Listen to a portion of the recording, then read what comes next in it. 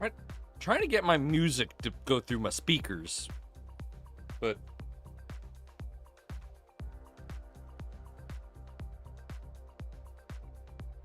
is it not working?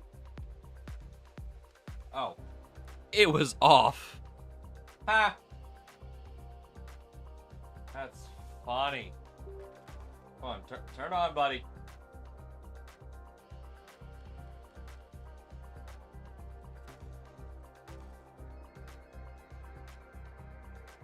What? Anyway, yeah, you guys hear it. I don't, because my speakers were off. Hold on. Restart audio engine. There we go. I can hear it now. What's up? Dad's back from Chipotle. And sorry, I didn't get you any.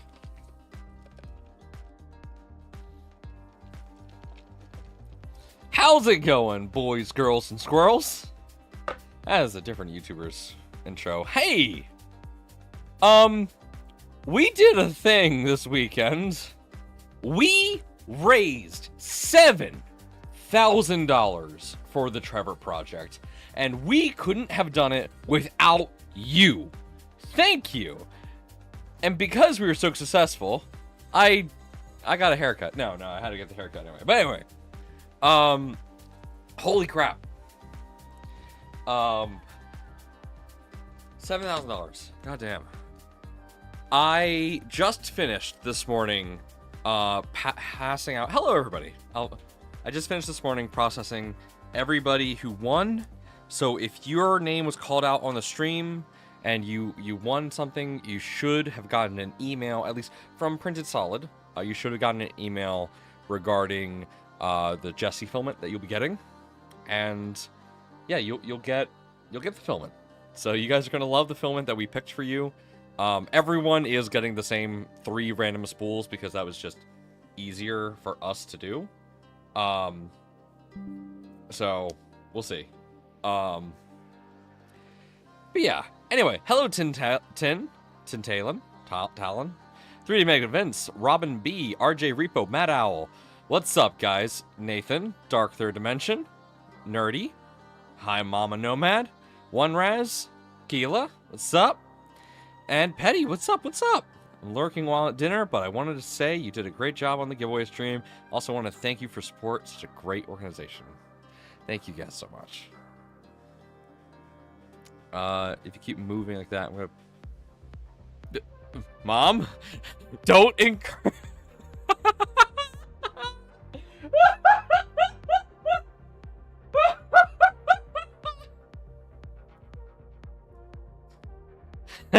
Mom, I think you want to reread what you just encouraged there.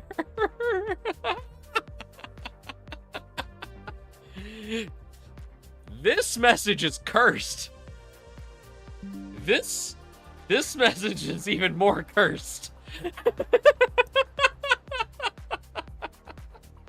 We're off to a great start today. But hey, I have something really cool to show you.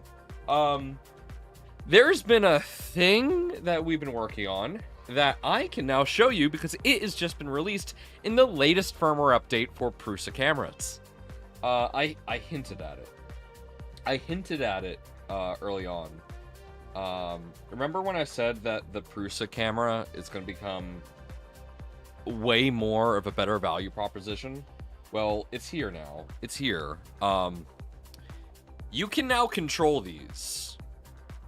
So let me show you real quick. If I go to Lich here, and I go to the camera, I think I need to update the firmware.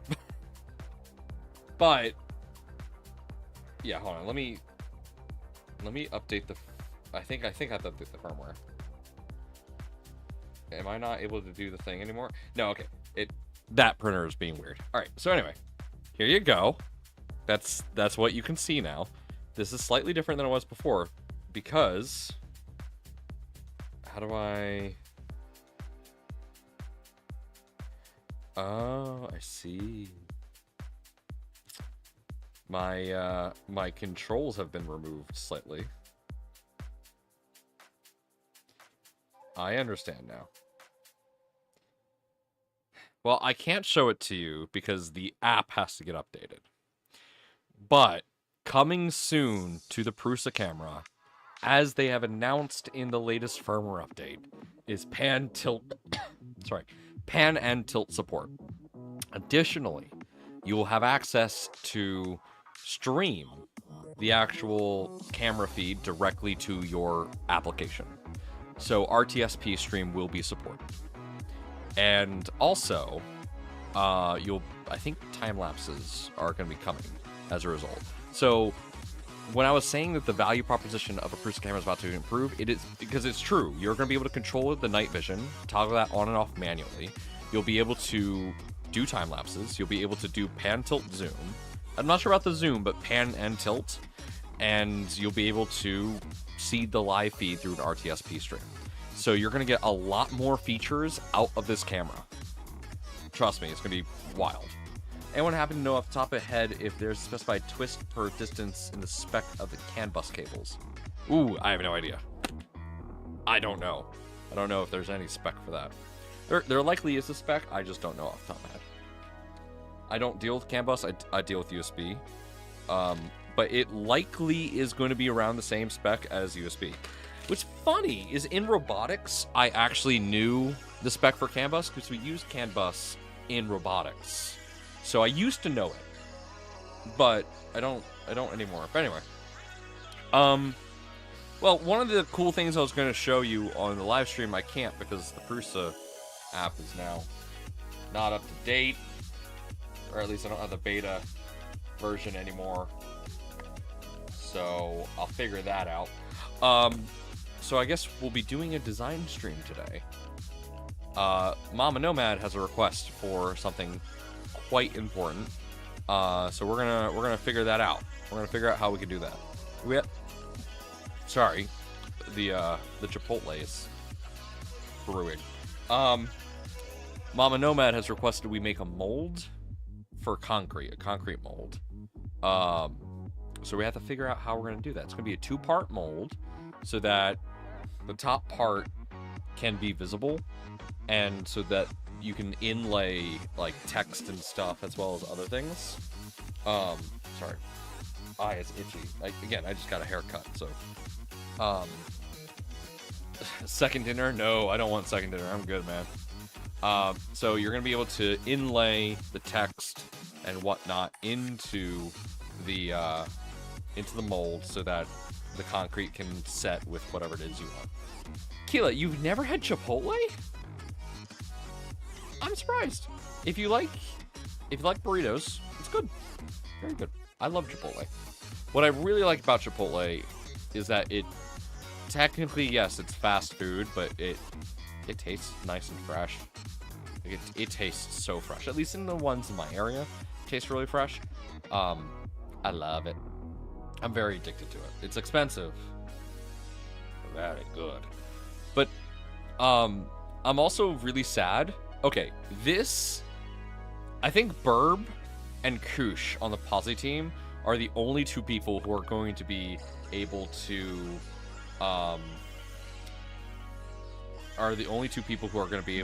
like really understand this. I found out that Mitch doesn't know what a tasty cake is. Who here knows what tasty cake is? In chat, do you know what tasty cake is? Hold on. Let's put a poll. Do you know tasty cake? All right, answer the poll. Let's go. Let's drive up that YouTube stuff. Let's see. Do you guys know what tasty cake is? I'll bring on screen what tasty cake actually is for those that don't know. But yeah, I've heard lots of Mexican food, but not that. Give me, yeah.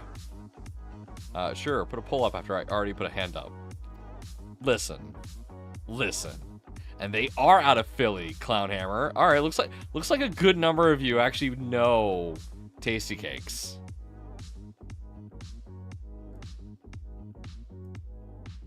I want to say thanks for the Filament giveaway the other day. I am very happy that y'all were able to exceed your goal. Thank you so much for participating.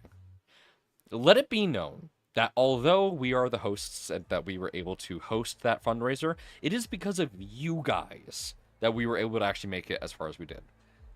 As much as it is the creator hosting the event, it is also equally important for those viewers like you to participate and drive the engagement, drive the, excitement for it. Because remember, without you guys, there would be no sponsors, there would be no fundraising. So it is just as important for you guys to have been there. Thank you all so very much for helping it out. I do absolutely love it. Jack/me is here to drive engagement. Hell yeah. Charity stream was awesome even if I didn't win a positron. I can say that at least 99 other people didn't win a positron. What? Have y'all been living under a rock your whole lives? Alright, so let's take a step back. Let's go back to the tasty cake discussion. Yes, I totally misspelled tasty cake. I am shocked to see that 53% of you know what tasty cake is. We're going to go ahead and end that poll, since that's kind of a short poll. So let me go ahead and let's show you tasty cake. Okay, yeah, stream has started, friend. There we go. Okay. So, tasty cake.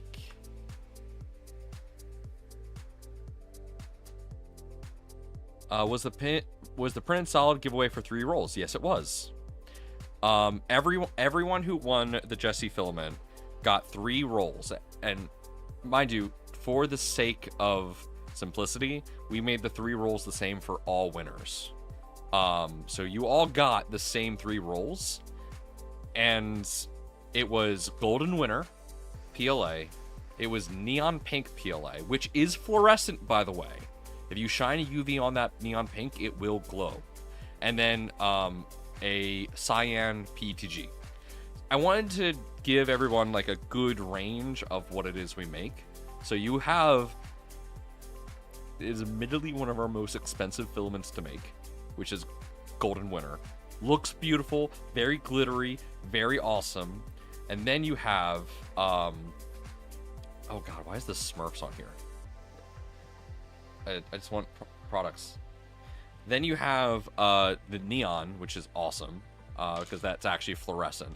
And then you have, of course, just solid PETG. Always good stuff.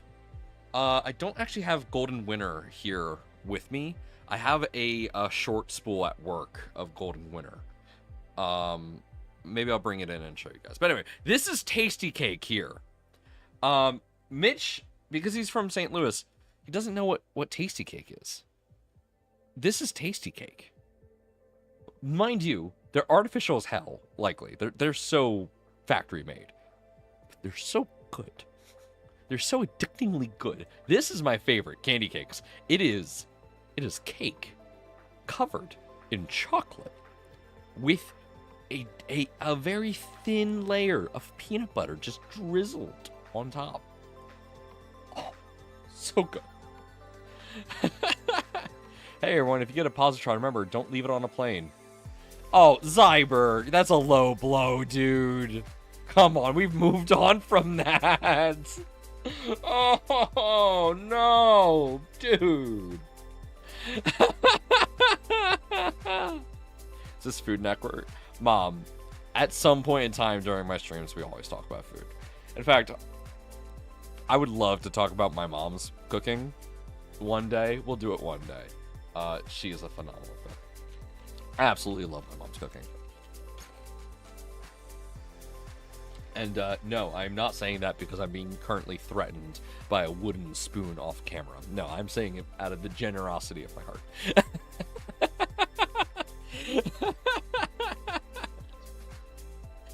Oh.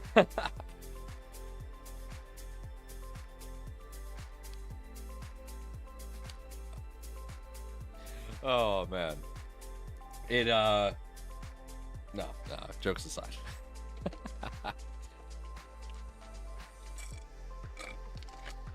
That's empty. All right. So, let's see. I can't show you the new camera stuff. I want to, but I can't, sadly. So yeah, I think I should open up Fusion and let's start designing this. Let's jump into Fusion and start figuring this out. I have to change a few settings in Fusion because I found out that there's some settings I need to change. Whew. What if I want a core 1? Do I need to build it upside down? Down under maker. Again, I've said this before. I love the fact that you won the core 1. That is amazing. I passed your info along to Shane. Hopefully he takes care of everything. Once I hand everyone's info over to the respective distributors of prizes, my hands are off. There's nothing else I can do. I'll give pokes and prods, but I can't really do anything else outside of that. But hopefully it works. I'm trying to move from Fusion to SolidWorks. Yeah, I want to move away from Fusion too, but it works. So I can't really move away from it too much. Okay, let me swap over the screen cap. And let's change the screen cap from this lovely, lovely tasty thing. Let's swap that over to here. Oh, whoops. Wait. Oh, it's because Edge is what was being... Okay. I see. Alright, drag that out. There we go. Okay. You guys can't see... Okay, that's fine. I wanted to show you that, but whatever. I already got email printed solid. Filament is on its way. Beautiful. Love to hear it. Yeah, I sat down and processed all that this morning. So I had to email someone. They were like, "Hey, are you sending this out or is printed solid something?" And I'm like, "Well, technically both because I am printed solid." Okay, so there is in preview features. Oh, it's already enabled. Thank you. And if I go here, and go on there, will it do the thing? Oh, there we go. Look at that, guys. Look at that. Now, I can also go up here real quick. Oh, that just looks great. That looks phenomenal. Make sure it's on free orbit. And then graphics. Yeah, performance settings, please. Apply. Okay, there we go. All right. So, this is true dark mode, ladies and gentlemen. True dark mode right here. Hi, Callie. Hello.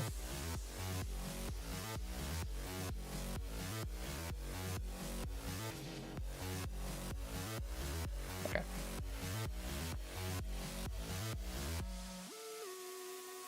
Yeah, there's a handful of places where you can get tasty cakes. If you're not in the local area, I don't know where you can get them. Mind you, again, they're not the best tasting thing in the world, but they're kind of like crack. Not good for you, but every once in a while. No, don't do crack. All right, let's do this. Can't seem to find how to get Fusion into dark mode. Okay, you go up here. You go to preferences. I don't know why I can't show you this. Let me check. Can I select just the preferences window? That I can't.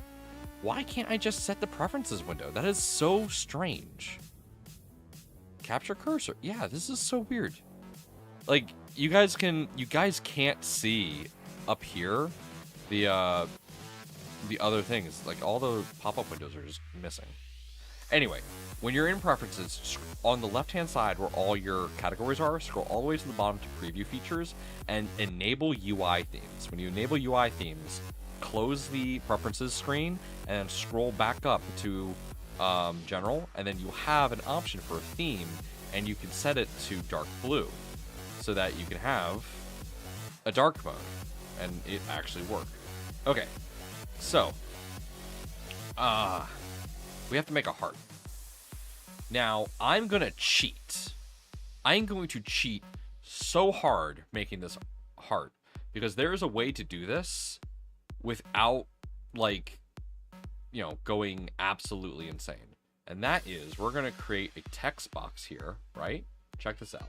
We're going to hit Windows, period, and that's going to bring up a menu. Now, I just put in an emoji there, and as you can see, the emoji did not pop up. But if you go to the symbol section of the Windows plus the period key, then you can bring up a ton of symbols like this, which aren't showing up. But you should be able to find the heart emoticon. I don't know where it is. It is very small. But we should be able to use the heart emoticon if I can find it. I just have to find the ASCII heart emoticon. It's in here somewhere. I know it is. I use this for making arrows and stuff in my Fusion file. Makes things super easy. It's like, yeah, here's an arrow, for example. Just have to find the heart. Supplemental symbols. Is that here? I know it's in here somewhere. Language symbols. No, it's not in there.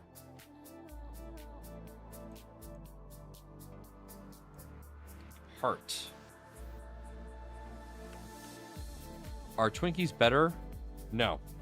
Twinkies are eh. Love letter. I just need a heart. I don't need anything fancy. Just a heart.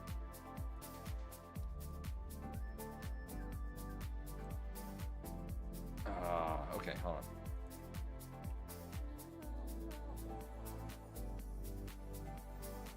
Nope, wrong window. Here we are. Okay. Heart. ASCII. Alright, ASCII heart symbol. Here we go. Found the Unicode. So if we grab the Unicode and we go into here, we should be able to find a font that utilizes it. No? Okay. Let's try again.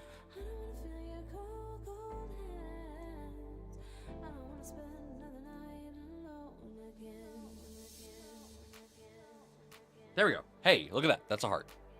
Okay, so what I can do here is I can make this massive.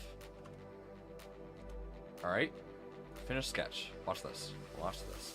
This is technically, or at least it should technically be, yep, it's a vector. So that gives us a heart to work with. So just like that, we now have a heart. Now, I'm not super stoked about how this looks. It is very, very simple. My mom says crimpets are way better. Obey MommaNomad.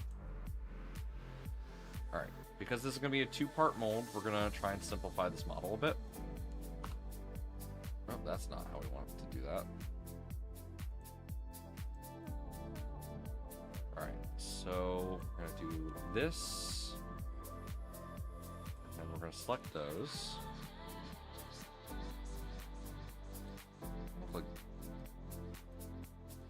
Look like something you find in the movie Little Nicky. Anyway. Do that. Then we trim that as well. So the reason we're trimming these is because they don't really have a natural curve to them. And by doing this, we kind of God. We're helping redevelop that curve to be a little bit more natural from the ASCII art. There we go. That looks so much better.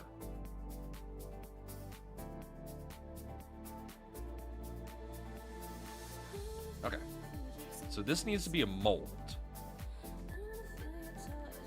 I'm trying to figure out how it is we want to do this so that this is a concrete mold. So like this is gonna be weird. But it needs to be about 6 to 8 inches across, I believe. Mom, you're watching. Are you happy with the shape? Is this a good shape? The best part is that MommaNomad is watching. This is for MommaNomad, so I can just ask if this is right. If we're on the right path. rather than, you know, I don't know, spending a couple hours making it, realizing it's not right. A little shorter, please. Okay, I can do that. Let me try this real quick. Oh god, no, that was fine. Okay, a little shorter. I'll see what I can do. Let me cut that, cut that, cut that. This is not looking shorter. That is not right.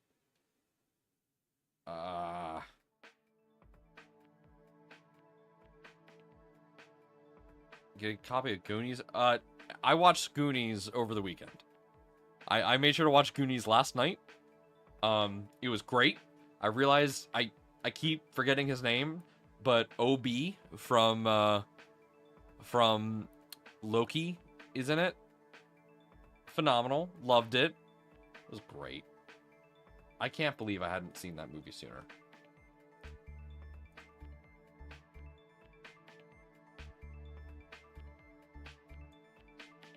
Oh my god.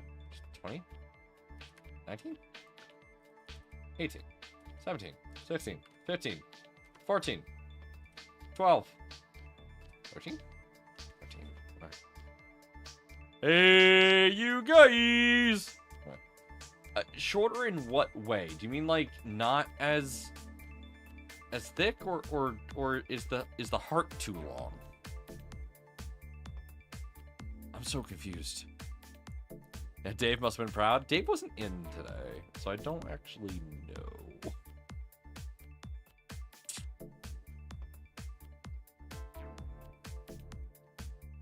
Okay.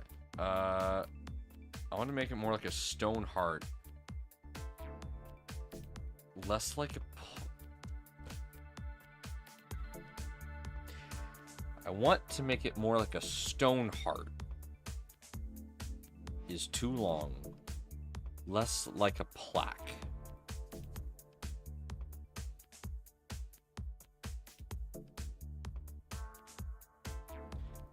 You're free to come downstairs and help me understand.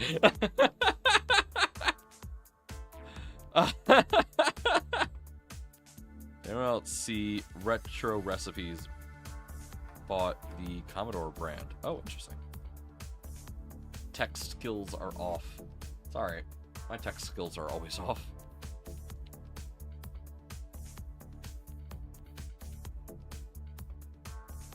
Like the edge of the stone was chipped. That's gonna be the interesting part, because I don't really know how to do that, except for like rounding this and like chipping away with random gurgling. So like, if I go here, chamfer the edge, right? And then I go in here and I delete some edges. Then I can create some rough spots. Doesn't want me to do that. Oh, I heard the door. Uh-oh. MommaNomad in the house. Okay, so hi. Let me find anything else. Okay. Examples are good.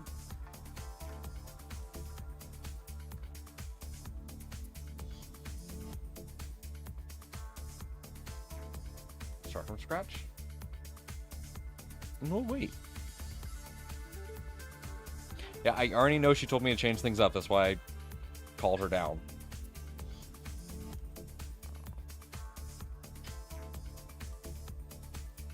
Found it?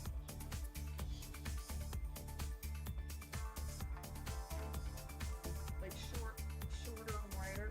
Okay. But like rough edge like this. Okay, interesting. Does that make sense? It makes sense. We have to combine these two, essentially. What's the edge of this? Yep, the edge of this with the shape of this. I want it to look more natural, like a stone. Like I'm making a memory stone. But it doesn't have to be that exact, but I thought that would be a good size. This is perfect for us to work with. Okay. Thank you. Thank you. Alright, well, chat, now that we have a visual reference, let me go ahead and shrink down. What the heck is going on with my camera? Camera? What the? Parsec?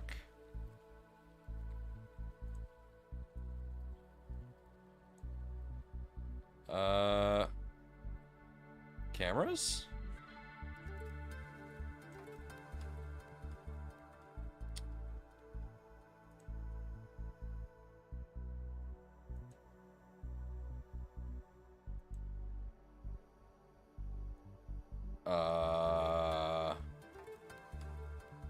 What? What? Hold on a second, chat.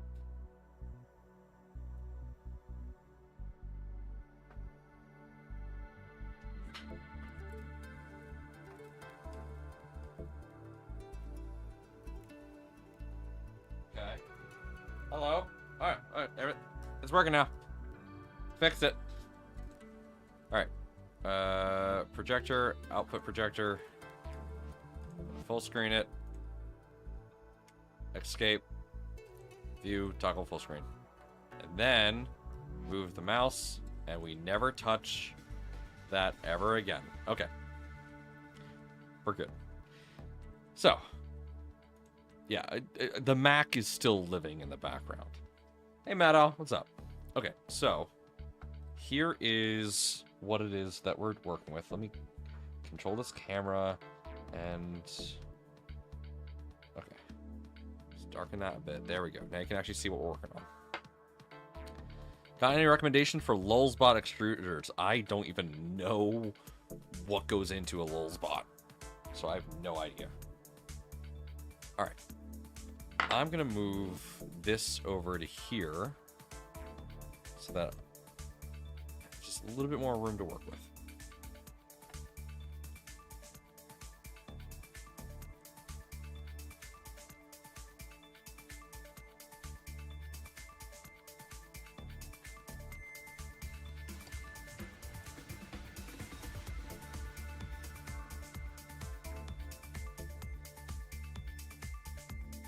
Okay, so here is the interesting challenge. We want to replicate this shape here. This is where I'm really not good at this. Now I know I can take a photo of this. Like hold on. We put this right here. Okay. Hey, Kay. What's up? All right. We put this right here. I can take a screenshot of this right where it is. So let's do that. Yep. All right. That's a screenshot. Now what we're going to do is we're going to go to where that folder is. Yep, there it is. Okay. Now, we're going to create sketch, insert an image, and we're going to insert that screenshot we just took. All right.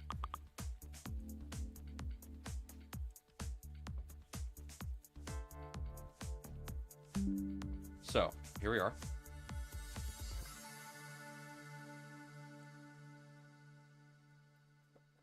We don't really need this anymore now, so I'll just put that aside. Do I even need this? We know what the side of a rock looks like. I'm just gonna have to try my best to make a rock. It's kind of cool that this is... I don't know what this is. What is this? It's like perfectly bold. I know what the rock is, I think. But yeah, that's... This is neat looking. I just... Oh, it's a soap holder! That's for soap! Nope, yeah, Dark Third Dimension. Just got it. Yeah, that's a soap dish. It's a weird looking soap dish. Yeah, alright. I'm running out of space to put crap. It's an old ashtray? Oh, that is not what we thought. That is definitely not what we thought. All right. Well, now that we don't need the thing anymore. Okay. So now that we've imported this, we're gonna go ahead and where's the... Okay, there's the plane. Okay. Okay. So let's go ahead. We're gonna make a basic shape here. So we want to trace the lines. So we grab that. Right? Okay.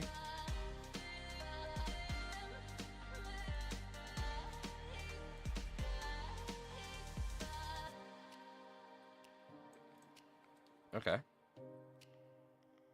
Alright, that works. Oh, it was Nonna's. Oh. Miss Nonna. Okay. So this... Oh, here's the difficult part. There's a slight curvature to every surface on this. But that's okay. We don't need it to be perfect. What I'm going to do is right there, I'm going to drag just two... Oh, it already knew what I wanted to do there. Look at that. Okay, well, I'm going to do this. Okay, well, how do we do that on the other side? Are you going to... No, you won't. That's fun. But you know what I want to do. Okay, so now we do this, and then... Oh, come on. Alright. Let's do... a 2-point, or, yeah, 3-point arc. So 1, 2, and then 3. Okay, just like that. Alright, and then we pull this in.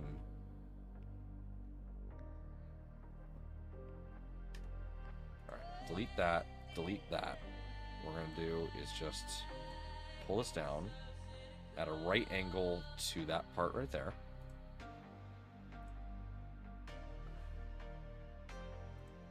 Okay. All right, there we go.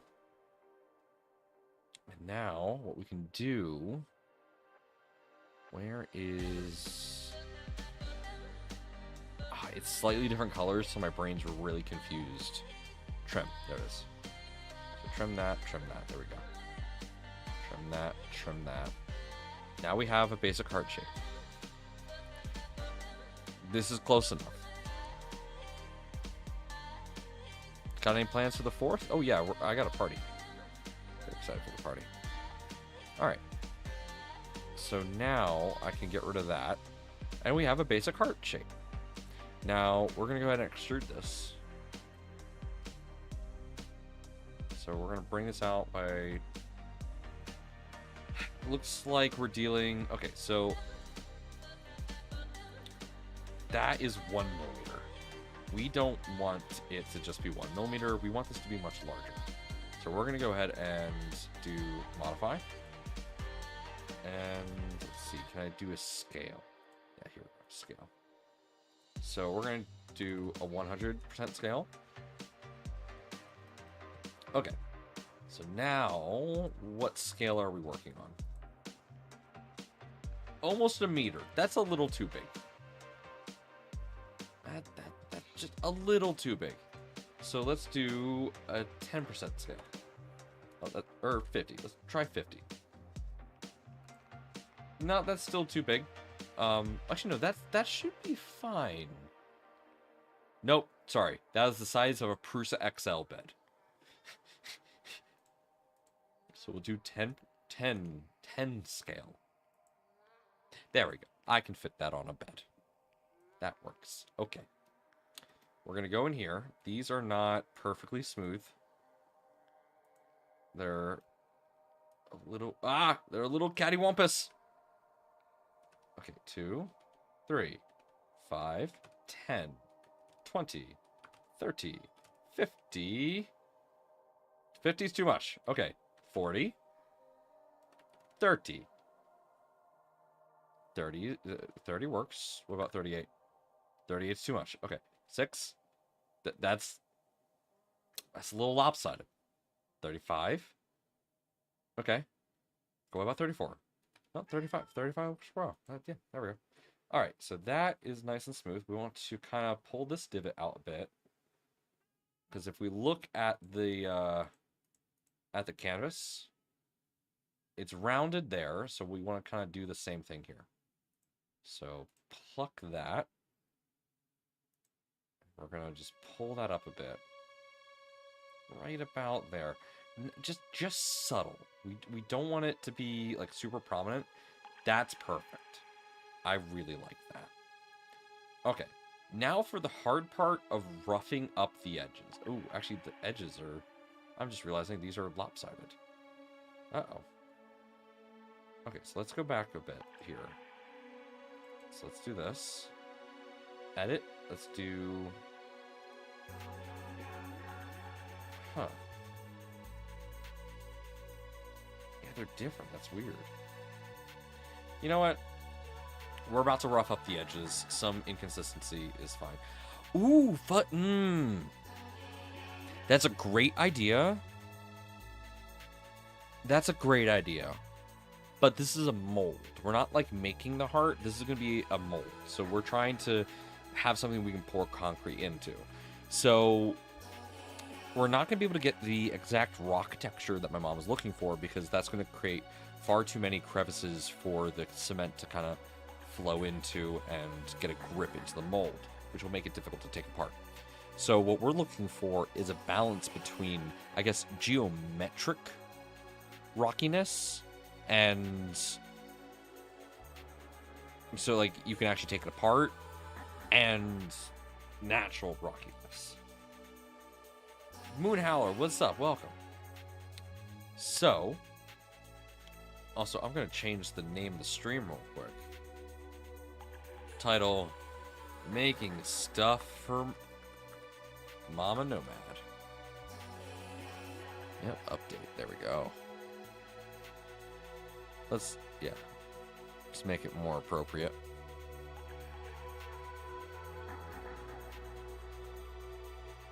Oh, did I just change the description, like, entirely? Please tell me you didn't. Okay, good. No, the description stayed the same. Good. Okay.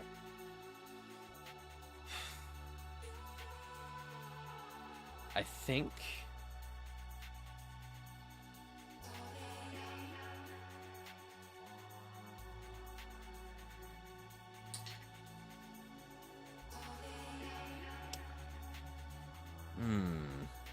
I'm trying to think, what is the best way to make this more rock-like?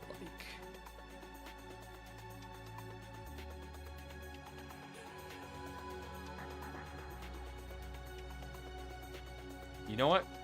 Here's my idea. We're going to start by just cutting corners.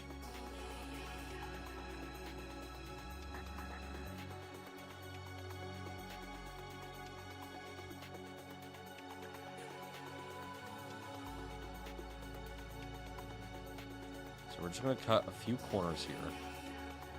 Cut the edge of that a little bit.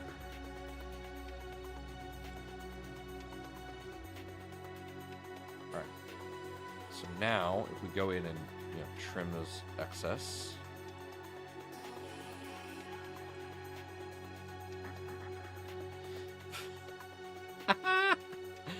Oh, you have no idea how tempted I am to do that Dark Third Dimension, but this is for my mother. Oh, that did not work the way I wanted it to. Alright, so no trimming, apparently. Okay.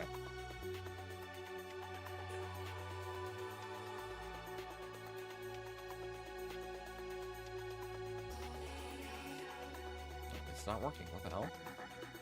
Alright, well, fine. Be that way. Add draft and use Prusa Slicer textures. Textures in Prusa Slicer.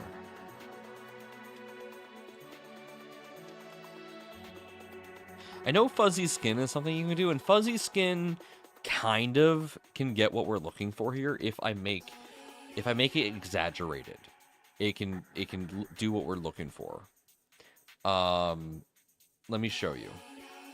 So we're going to go ahead and export this. So save as mesh. Heart. Now, if I swap this over to Prusa Slicer. Callie, be nice.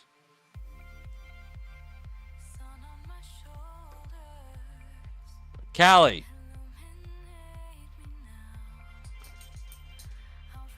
Where did that save to? Where did I just save that model to? Oh, that's definitely not where I wanted you to save to. It's now my screenshot folder. That's weird. Part. Okay.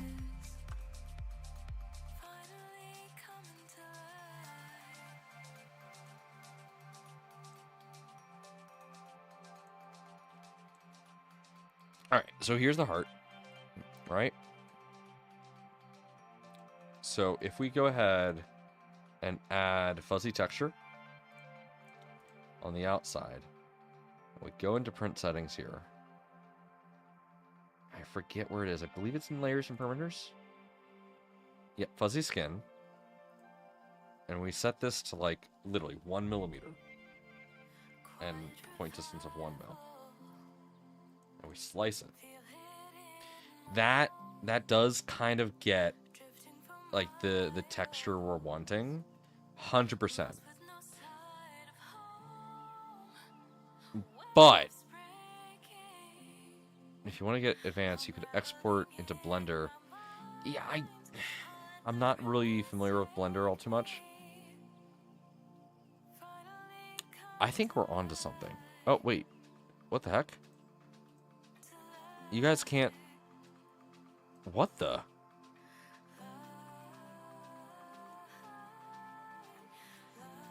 Huh? Okay. That's weird. Let's go back to you seeing Fusion. And then let me do a window capture. Yeah, Mom. I know it's too thin. Give me a bit and I'll fix that. Okay, add source slicer. Do you work now? Okay. So. What did I just grab?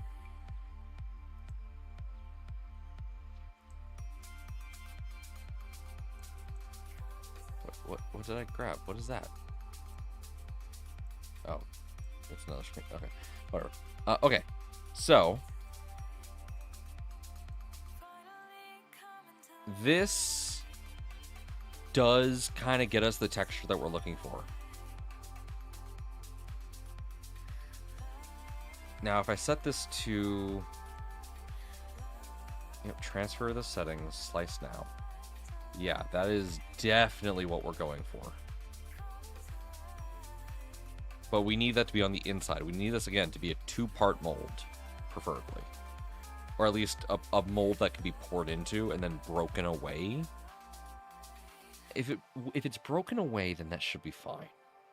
So let's go back into Fusion here. Let's do this. So let's go ahead and do an offset. Oh, it didn't. Yep. Now offset that. Shrink it by -2. We want this to be easy to break, so actually I'm going to go with -1. Okay. Now, my mom just said that it's a bit too thin. So this is what we're going to do real quick. We're going to go into here and add a parameter. So, thickness. And we're going to say 20 millimeters for right now. Right? Watch this. Okay. So, we're going to set this extrusion here to thickness. Right? Oh god, that's not at all what I wanted. Undo. Undo. Okay. Okay. So we're gonna do this, and then do hide the sketches. Hide the sketches. There we go. Now we're gonna do thickness, but we're gonna do it in the opposite direction, and we're gonna hit join, and there we go. Now it's the correct size that we want. Then we're gonna re-show sketches, right? Watch this. Watch this. We're going to then do negative thickness plus 1. That's an equal sign. Plus 1. Why is that adding equal sign? What the? There we go. Plus 1. Right? There we go. We have a mold. And now, if we want to make it thicker, we just go to the parameters. And if we say we want it to be 40 millimeter thick, guess what? It's going to be 40 millimeter thick with a 1 millimeter bottom, which will make this really easy to remove later. So Mom, how... For context, right now, this is 40 millimeters big. That is this thick. Do you want it to be half that size? So, hold on. This ashtray, which I still can't believe is an ashtray, is 20 for scale. So do you want it to be twice as thick as this? Yeah, I know you don't do millimeters, Mom. Do you want it to be as thick as this? Or thicker?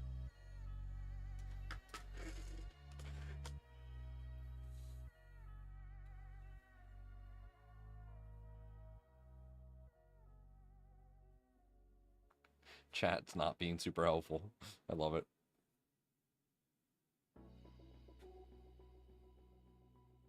Okay, as thick as this. Okay.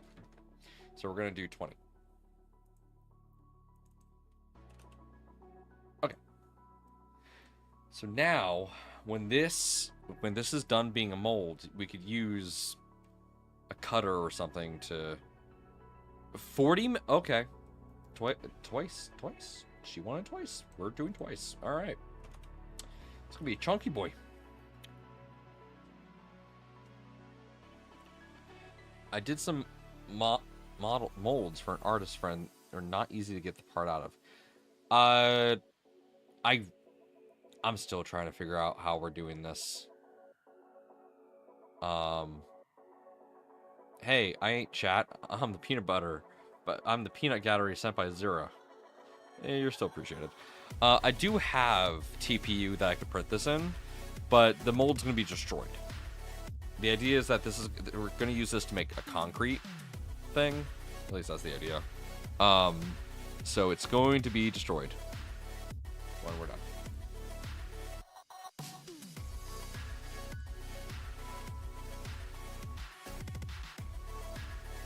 Grease the mold. Yeah, you can do that. So I guess I'll try and make this out of TPU. I'll see why not. All right, let's save this as mesh.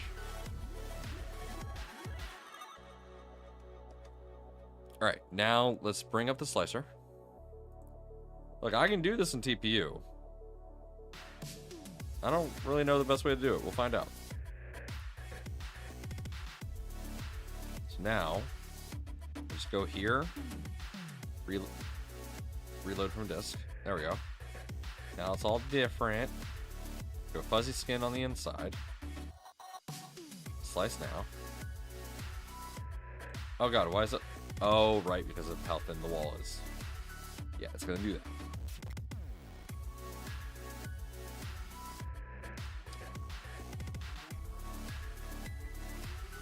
You want to allow draft angles. Yeah, I was thinking of that.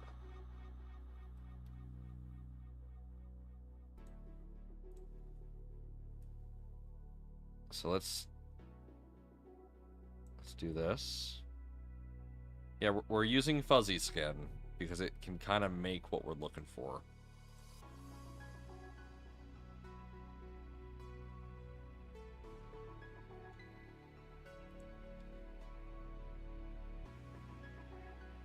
How big is the heart? That's a great question.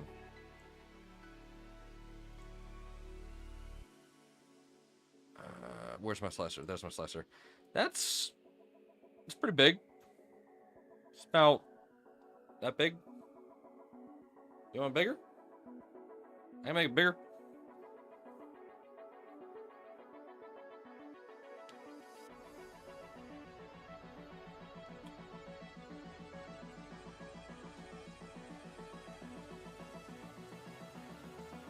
Yeah, I can make this a lot larger.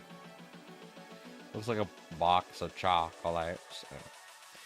Here, this is what I'll do. So on Y, I'll do 200, and X, I'll do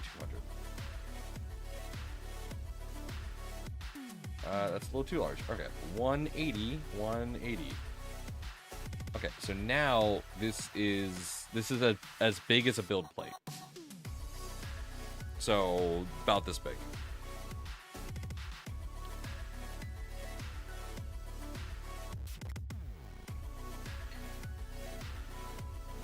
I think your texture is too fine to imprint in concrete. I'm also worried about that. The problem is I really don't know how to like create a rock-like texture in Fusion. I just don't know how. Maybe what I can do is I can send off this model to a friend of mine that... No, Lulu, what are you doing? Are you trying to hide your bone in my 3D prints? Yeah, you are. You're trying to hide your bone in my 3D prints. You look so adorable. Okay, too large. Okay. Let's try 150 by 150. No, that's still a little too big. 125, 125? How's that?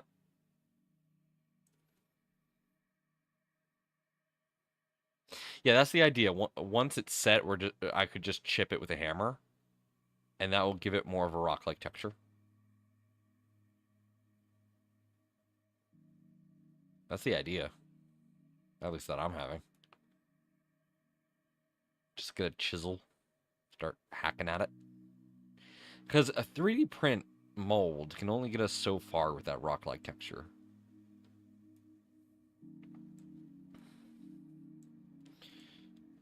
So I'm just thinking, yep, just like that. And then we go in here. Let's set this like 2 or something. Let's see what happens.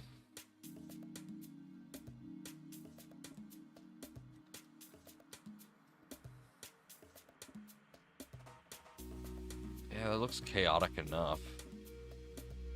Sebas, we're doing concrete. Less than 6 inches. Mom, this should be less than 6 inches. On. If I swap this to inches. Yeah, this is 4. This is 4 inches across. Or 5, technically. On X, left to right, that is 5 inches. You want it to be 6?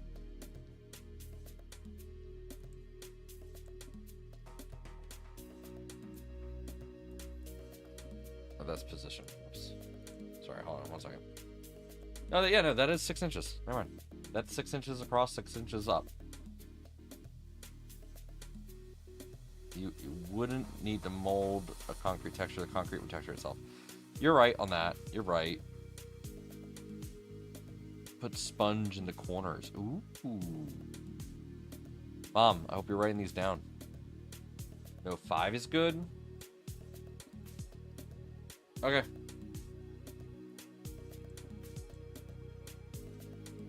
That's 5.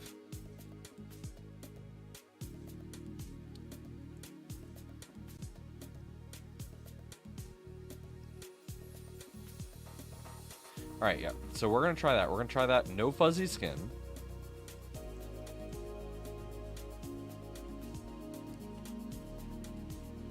Since we're not doing fuzzy skin, I'm just going to try with PTG. And see how it works. Make it 5 until everyone at 6 works in nightclubs. I'm used to that. I'm 5'2". 3D prints in concrete. Is this a Chris Borg video, right? Well, hey, I'm gonna send this off to get printed here. Well, the I'm sorry. You think of random things at random times, and the random thing you think of is a positron tool changer? My dude, get with the memes. Get with the times. We've already made that joke. Okay, real quick. It is possible to do a positron tool changer in such a way that would be similar to an index, because of the way our 90-degree hot end works. If you figured out a way to make the conductor pads on the tool head just like two little runner pads, essentially, then you could make a docker for the tool head and just swap in the tool head, because it is just on the edge of the tool head. So you go dock it, go grab another one, and print. It's possible. It's just, you know, weird. Why concrete, not something like easier to sculpt like plaster? My mom wants to make a little concrete thing. So yeah. I thought you were 6'5". Yeah, no, I'm totally 6'5". Totally. 100%. I squat every stream all the time. Constantly squatting. My glutes are massive.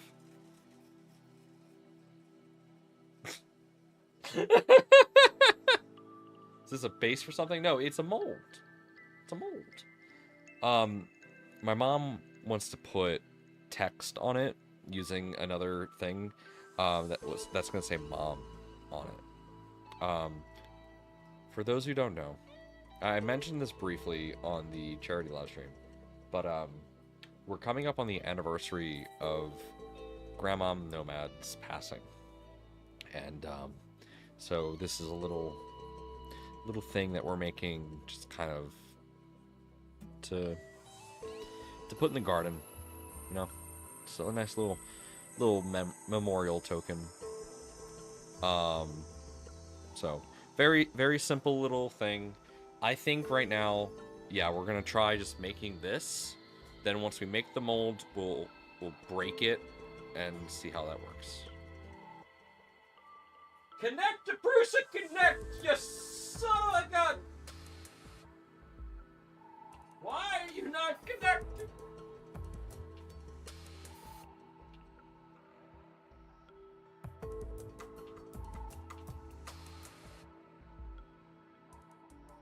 What? Hold on. I've never seen this before. The Wi-Fi status is gone. I've never seen that before on a Prusa printer. It just says Wi-Fi status gone. That's it. What the hell?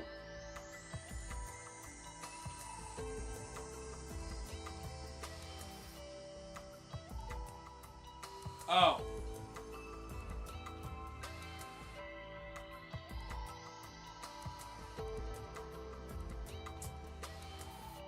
I know it's wrong now.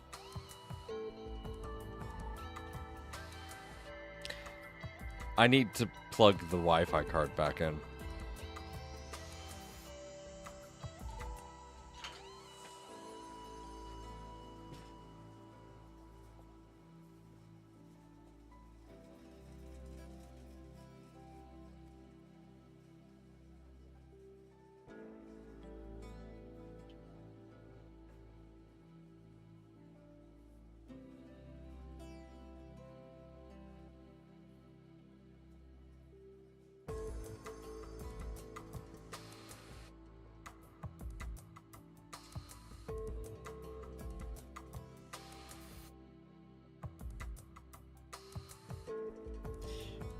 Give me a few minutes here, chat.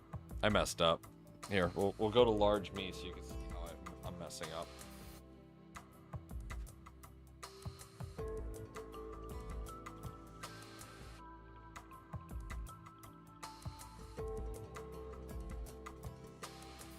Okay, still gone.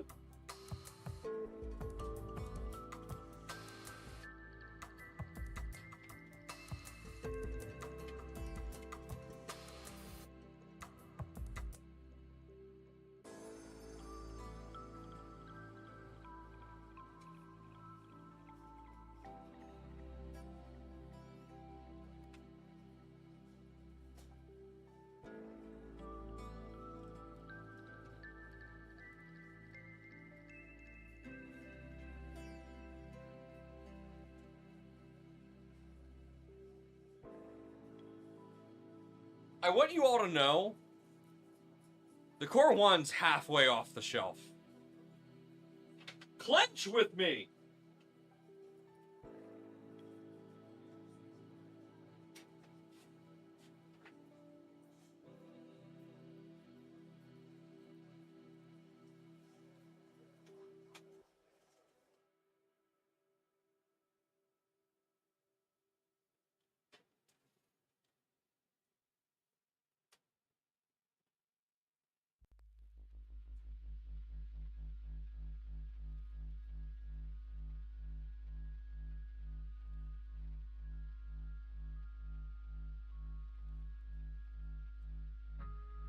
Wi-Fi back?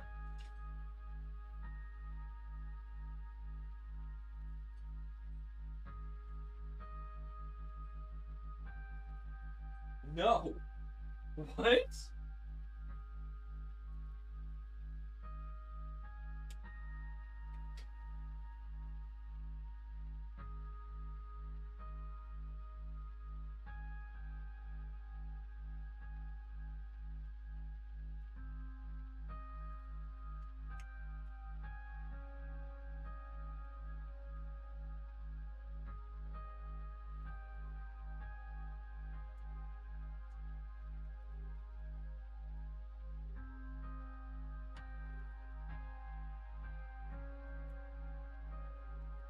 One second, guys.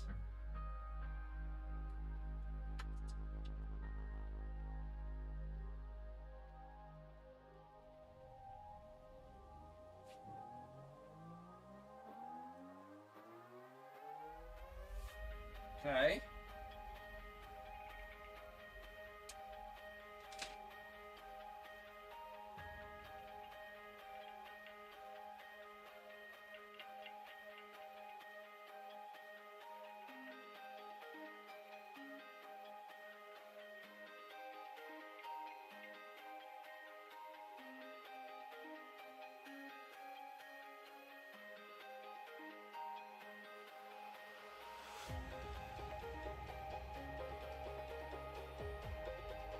Whatever. I think there's a problem with this. No, I don't think there's a problem. I think I'm the problem. I took it out of here, and then all of a sudden it worked again.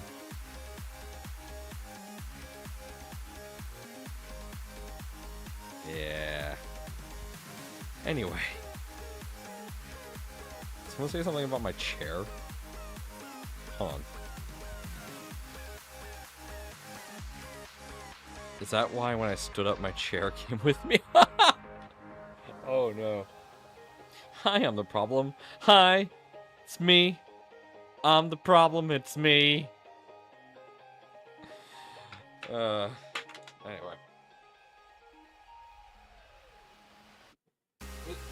Well, you know what's funny? The one way you know someone messes with their printer a lot, especially a Prusa, is if the electronics cover is just gone. And the Wi-Fi cover is now gone too. Because it's so much easier to access the accelerometer port when it's not on the thing. It's also so much easier to access the MMU port when it's not on the thing. So I just have the electronics cover off. I'm never putting it back on. Is that recommended? No!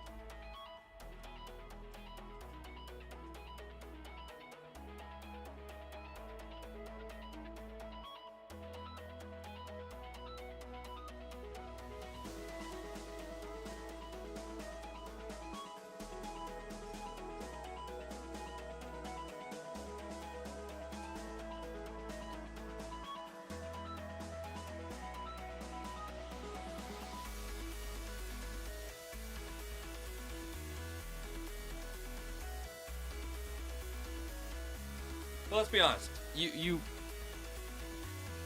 come here for the funny ha-has. You don't...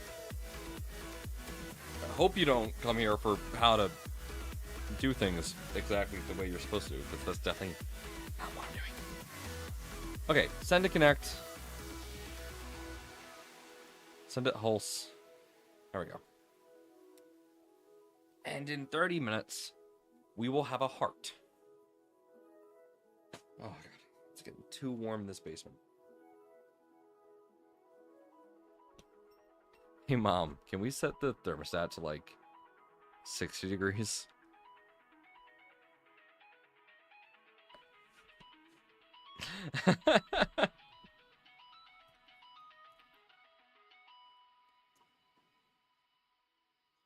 It is 9 a.m. for Down Under. Wow. It is actually 12 hours apart from us. That is insane. That's wild. I know it's like you oftentimes think that like that was just water. It's water with hints of soda in it. You oftentimes think like the other side of the world is just like typically nothing. Like meaning it is more likely that if you drill a hole straight from where you are through the core of the earth, you're just gonna hit ocean. That's it. It's still wild to me that at least time zone wise, Australia literally is 12 hours ahead. So it's pretty cool. 10 p.m. your time Wednesday is my stream time coming out. Sure. I'll do it. Okay. Now that we're waiting on that, what do we do? Yeah, how is tomorrow looking? Is the world less on fire?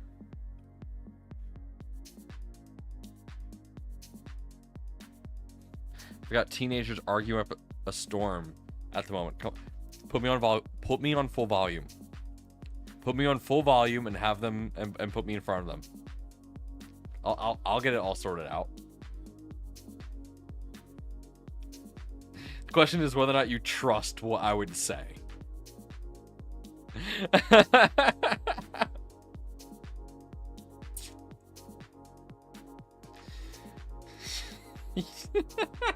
Could make things so much worse.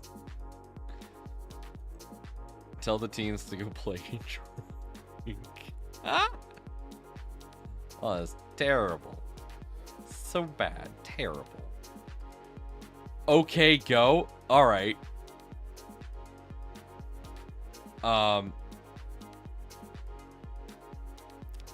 Hey.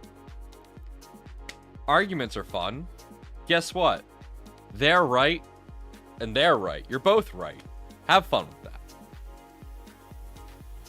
That's it. I don't know what the argument's about. I'm a distraction. Ooh. Your mom's gonna change the password on you if you guys don't get along. Of the Wi-Fi specifically.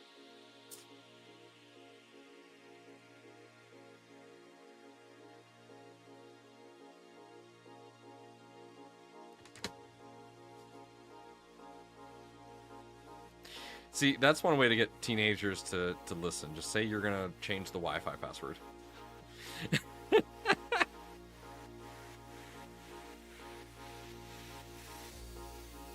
My mom says, go read my text about your fish. I have not received a text about my fish.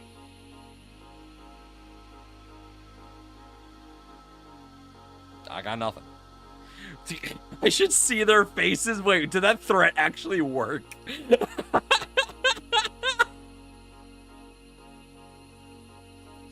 I have a really funny story. And I don't think I've told this to my parents yet. So this is... So. That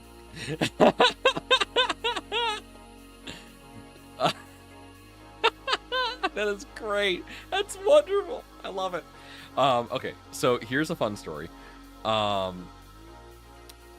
So this is what happened.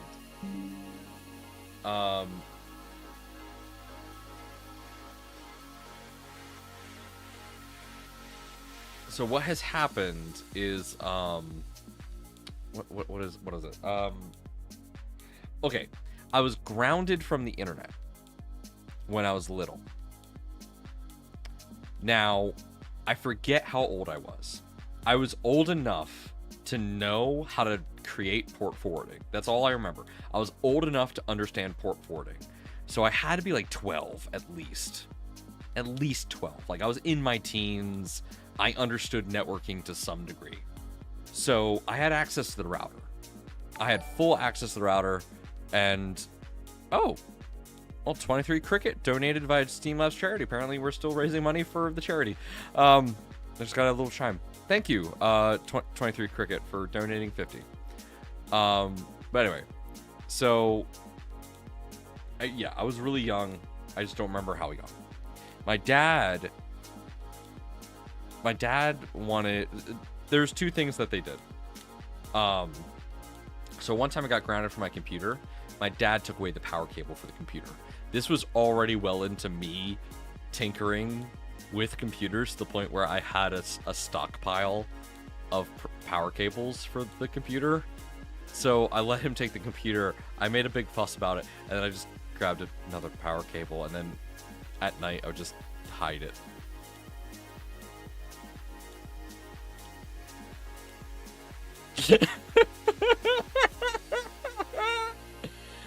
Yeah, I had a cable drawer already. No, I had a cable toy box. My toy box at the foot of the bed had a bunch of cables in it for my computer. It also had my toys in it.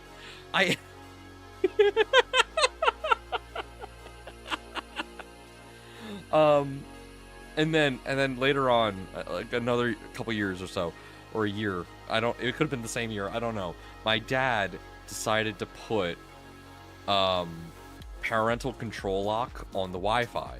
So after like 6 p.m. or something, I would have no internet. I would have no internet after a certain period of time. And I was really annoyed. At this point in time, I already knew how to do port forwarding and everything. I also knew most of the passwords my dad used for all these different systems. So I already knew how to get into the router. I was already becoming like the IT guy of the house. So my dad had this parental lock, and like, all right, well, I know the password. The password's wrong. It wasn't the password. My dad used a different password. And then so I hit forgot password, and it gave me the password reminder, and it said, enter one of the things. It's like it's like one of those things where it's like you have to like, oh, what was your first car or something like that. So it was like, what high school did you go to? I did not know what high school my dad went to. At least I knew, but I didn't know. Like, I didn't memorize it. So I was like, phooey. Mind you, this was like a week or two before we went on vacation. I had a smartphone. I don't know if it was the iPhone 4 or I think it could have been the iPhone 3. I think as a hand-me-down. It was an iPhone 3. No, it was an iPod Touch. I had an iPod Touch. That's what I had. Yeah, well, now I'll ground you by taking your power cord to your Tesla. No! I need that to get to work! Oh, no! 12 years later, it comes to bite me. Anyway. So, this was a couple weeks before we went on vacation. I had an iPod Touch. So I had a Notes app. This was like one of the first generation iPod Touches. Like, I remember earlier that year, we were joking about pretending to drink beer with that one drink app that used the accelerometer. It was simpler times back then. Things were funny and fun. Anyway, yeah, imagine calling David. David, I can't come into work today. I'm grounded. My mom took my power cable for my Tesla. That'd be so funny. Please don't take it. So we went on vacation and we met up with my dad's friends from his high school. They were there too. And I remember we were at dinner one of the days, I was listening to music. And I went, "Hey, Dad, what high school did you guys go to again?" And he said the high school name, and I typed it in my iPod Touch. So when we got home from the vacation, I logged into the router. I used the secret code, and I turned off parental controls. And then I changed the password to parental controls.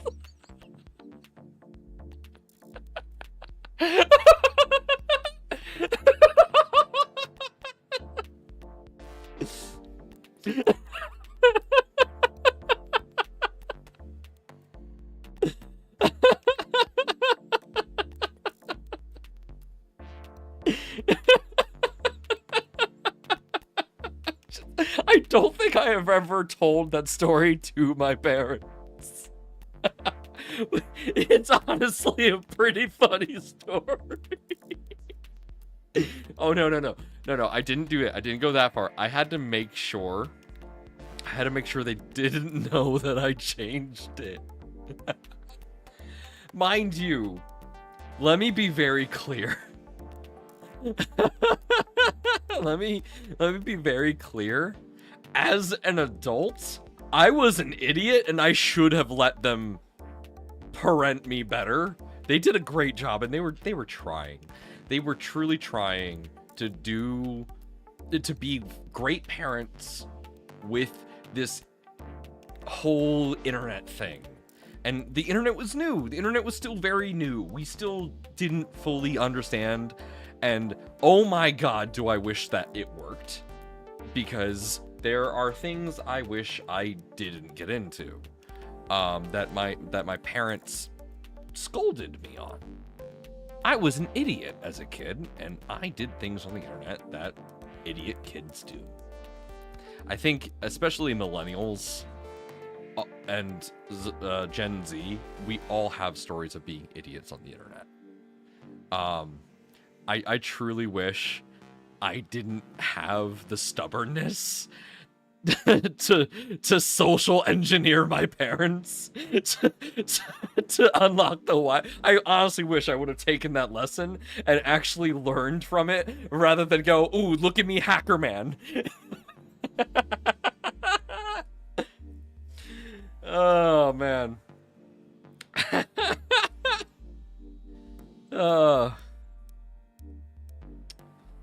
Oh man. So good. So good. Do any of those stories involve Omegle? No, I think my brother was the one that got into Omegle. I didn't have friends as a kid. It's also how I avoided Facebook. I had friends, but no one wanted to be my Facebook friend. And I didn't, aside from my grandma wanted to be my Facebook friend. And I was totally my grandma's Facebook friend. I would play Farmville with her all the time. But, yeah, I just wasn't a Facebook kid. I didn't like it. I didn't get it. So, yeah. Became a Discord kid instead. TeamSpeak kid. I was a TeamSpeak kid. I was in those mill sims, man. Oh god. Tell your brother. Oh, which story? Hold on. Which story, Mom? Which one? Should I tell him? Should I tell them about the time that I was flirting with someone online and he was passed out drunk on his bed? Should I tell that story? That's a good one. And also an example of stupid things I did on the internet.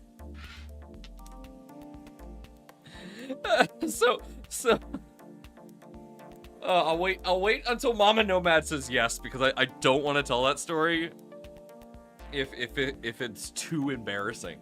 Honestly, I think it's a little bit more embarrassing for me than it is on Sal.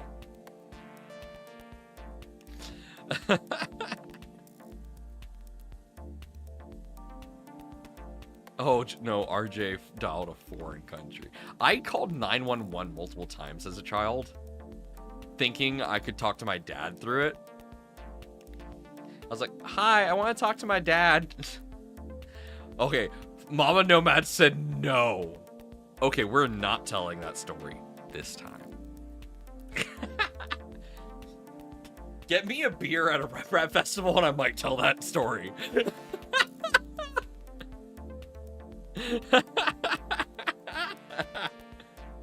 Oh man. What story? Mom, why don't you come down and tell a story? I love how she's like, tell the one story about Sal. I'm like, which one? Is that on Nomad After Dark? Yeah, that's Nomad After Dark right there. The stories we can't tell when Mom's watching.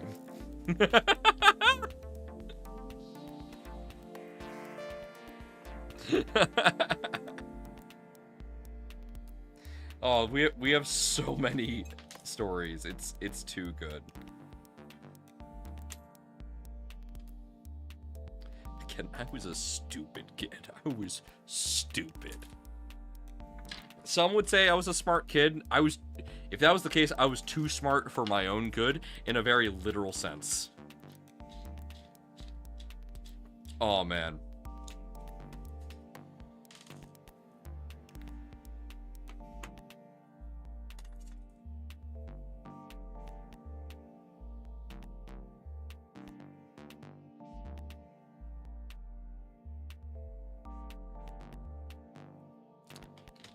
I was smart enough to be a menace to myself and those around me. Yeah.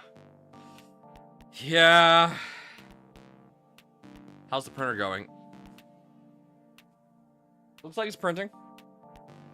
Seems to be printing just fine. Camera's not working. Did I unplug the camera? More than an hour old. Did I unplug the camera? No, the camera's on.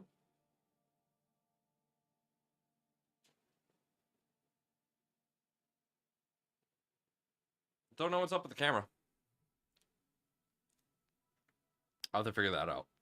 Oh, that's gonna suck. Yeah, that's weird. The camera's off. Maybe it overheated? I don't know. I'll reboot it later. Is that printer slow or Nomad monologue? Oh, come on. It's 5% done. Give it another 31 minutes. Just like Nomad unplugging the Wi-Fi, now the camera. Naughty. Listen. Listen. Let me see. Can I...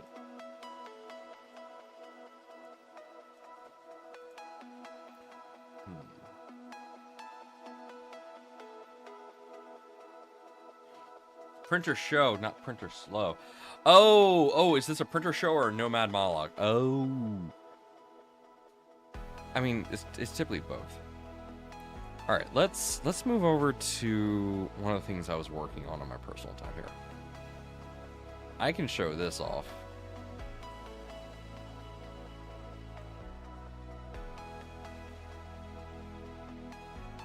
Oh, well, I say that and that's in the way. Okay. So, here's something I'm working on. First off, let's get rid of this. We don't need that.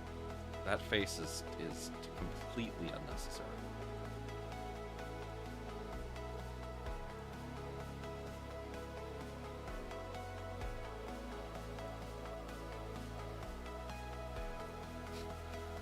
Have a good night, MommaNomad. Or Mom. Okay. So what we're gonna do here. So this. Yeah, I do have a space mouse. I love it. It's one of the best things I could have bought for myself. Yeah, that should work. Let's do 2 distance and let's stretch that out a bit. Okay. So just like that. I don't like how the text looks. It's a little rough. Okay, so let's do 30. 30.5. Nope. Okay. Drag it out. There we go. Let's change the theme a bit because it's a little too dark. Apply. Let's do light gray. Now you can tell a story. Oh no. We don't tempt MommaNomad like that. We wait. appropriately. Really? That's light gray? That sucks. I guess we'll stick to dark blue and not be able to read the text in any of our stuff.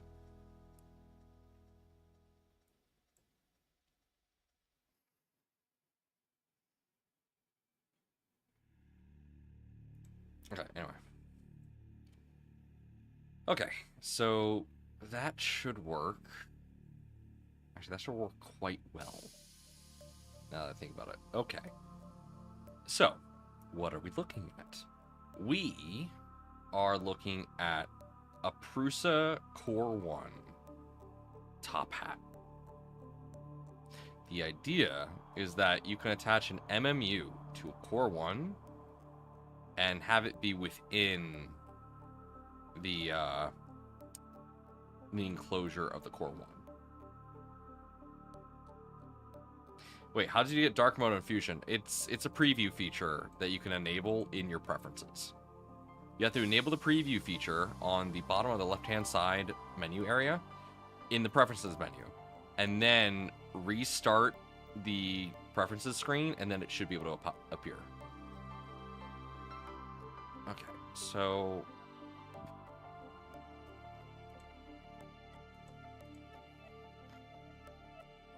we need... Okay, so thing here, right? Okay, now hide this, hide the sketches. We need to project this. Yep. Okay, here we go.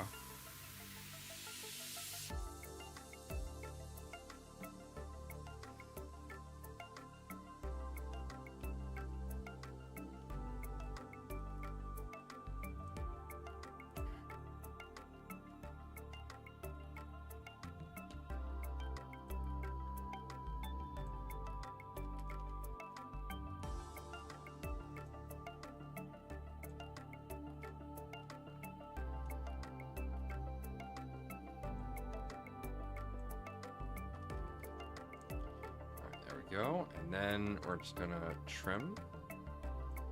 Can I trim this? No. Fun. I don't know why I can't. Can I delete? Yes, I can. Okay, that works.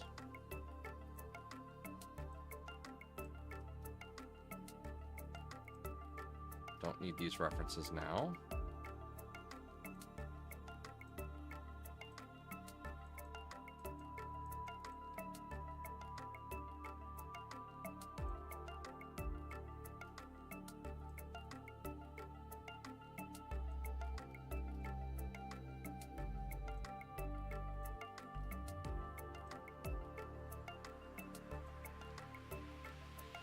Alright, there we go.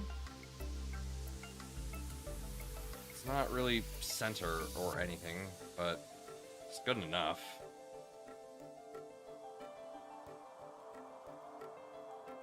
Doot.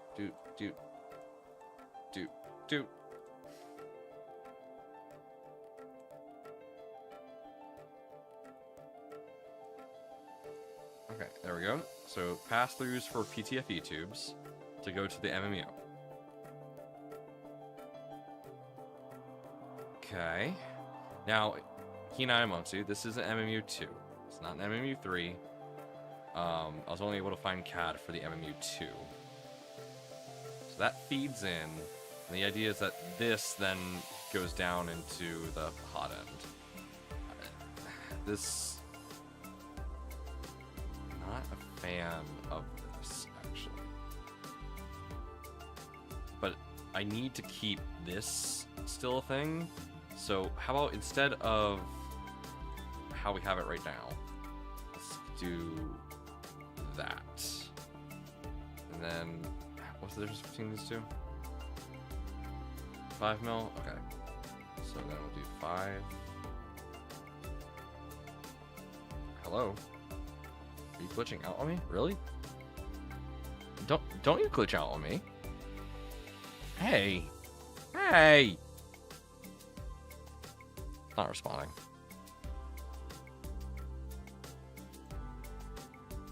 Alright, we'll give it a hot minute.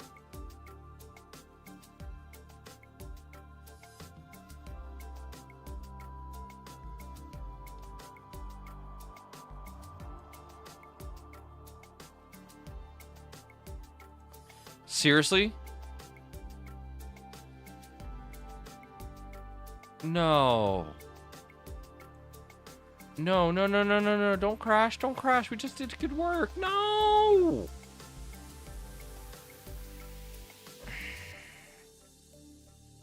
Fusion broke.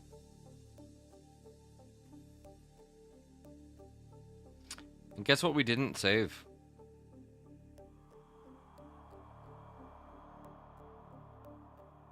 Because who would have thought that Fusion would break after we did one small change?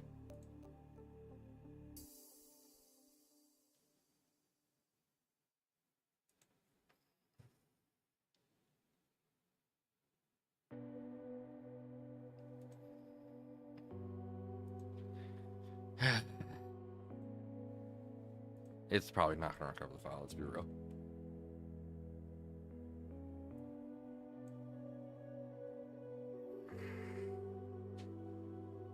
Also, yeah, this is weird. My webcam's not connecting.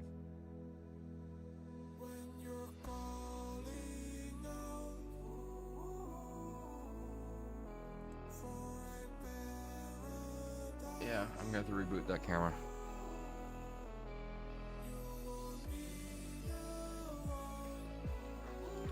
Okay.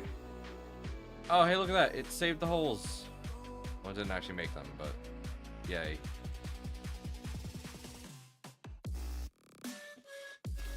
Okay. There we go. That's why I gotta save like a madman. Whoa.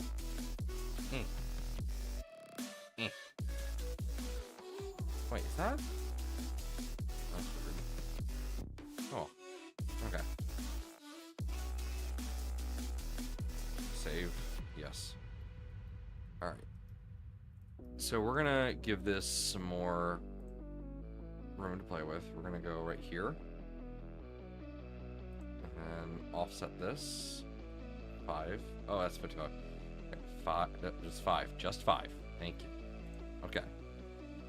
Now, go up here. Oh, go back into the... Thank you.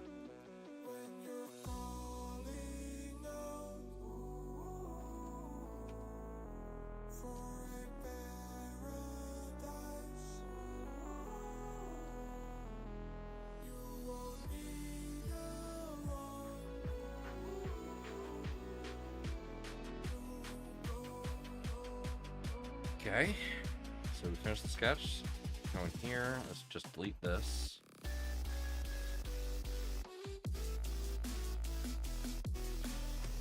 Okay.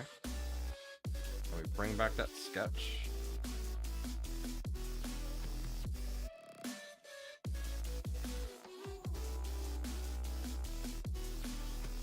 Okay. Now let's delete that. Oh god. Broke everything.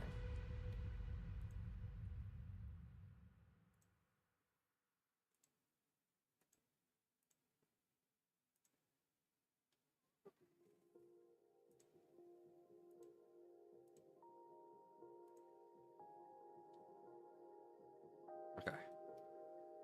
Can I delete that now? Nope. Okay. So we're just gonna select that, chamfer, beef that up a bit.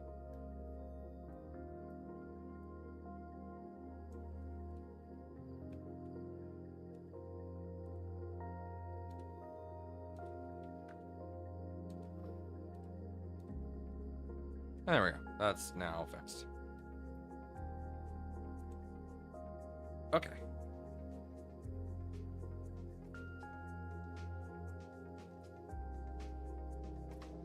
Not a fan of how it looks, but it's fine. Kind of fix that. Kind of.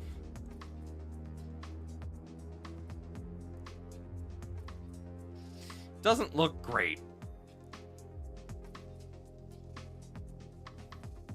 But we have tested that this works. This actually allows for mounting. It works. Now I just gotta figure out how do I cap that. But honestly, I'd rather wait until I have a successful print of this with it working before I do anything else. But hey, now that this is open, I can cut this away. Alright. And watch this. Now I gotta support all of this. That's relatively easy to do, because all I have to do is go in here. And there. Pull this out. Check this out. Wow.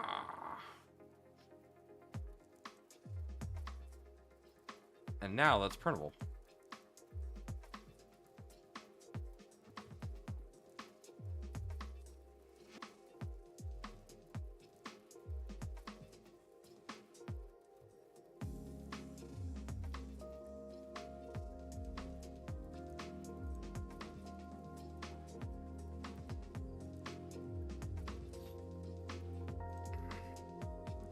Alright, there we go. Oh, are you done? No, okay.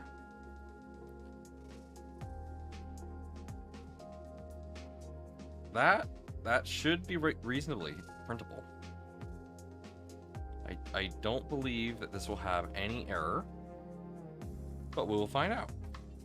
So, we take this, and we save it.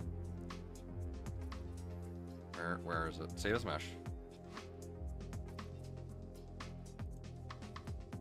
And then MU top hat. Right? Okay. Now we bring out the slicer.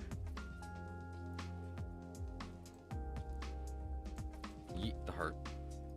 Go to the XL. And we discard everything because we don't want to do what we were doing before. Alright, move that. Here's the fun part. MMU top hat. So, this perfectly fits the XL print bed. Made sure it does. This is an MMU top hat. But yeah, if I went like this, yeah, this would print. Watch. If I set this to extruder 4 and set extruder 4 to PLA,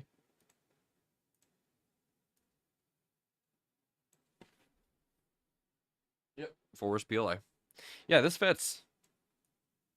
This would print without any issues. But this is not the orientation I want to print it in. Even though this actually would work. It probably would work really well, actually. Oh, look at it. Oh, that didn't... it's fine. It's fine for a test. I don't have to worry about that. I'll fix it later. And honestly, I might. I'm really tempted. Well, yeah, I would need support here if I wanted to do it this way. But the actual idea is that you print it like this.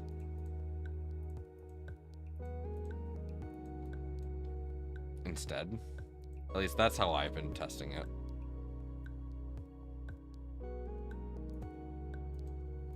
Like that.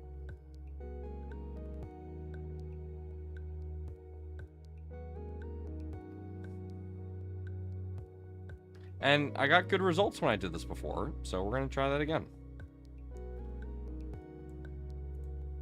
But I'm thinking this over real quick.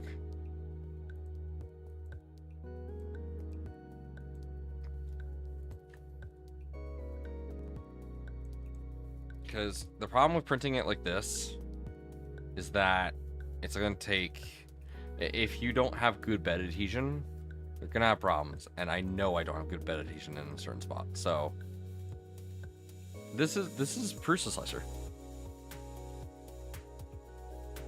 So we're gonna print it like this. I'm gonna set this to PLA. Yep. And turn off inches. I want millimeters again.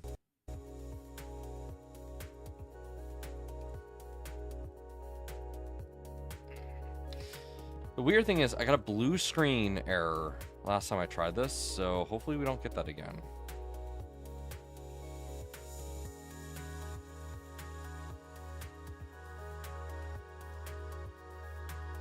Nah, I was able to print this no problem before. Let me show you. This printed perfectly.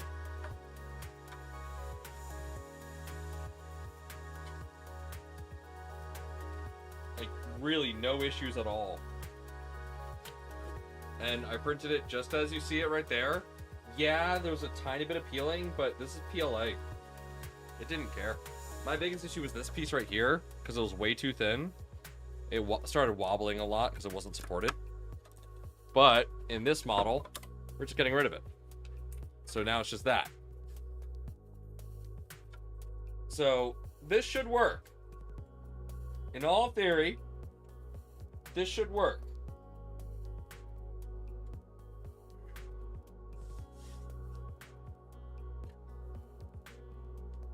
And if it does work, then I can put an MMU on my Core 1. Yeah, this was the worst part because I didn't really plan for that to be printable. My knees, yeah. Yeah, that is broken part. It's gonna take 21 hours. Eh. Let's set this to structural 2.5.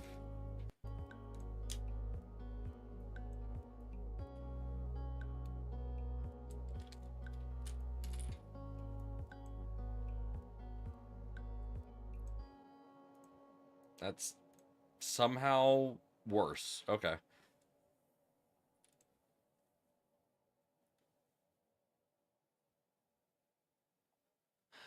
Yeah, the idea would be that if I get this to work, you would be able to split this and somehow glue it or fasten it together. But for right now, it's just for people with XLs. Sorry.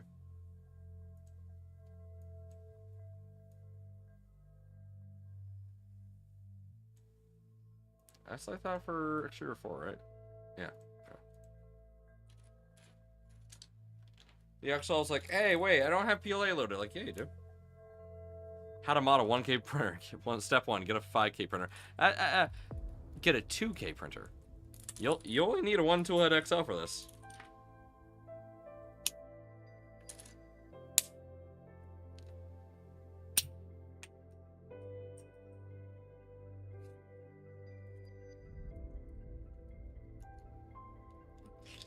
But joke's on bamboo, because this won't fit on a bamboo bed. Haha! Definitely won't fit on H2D.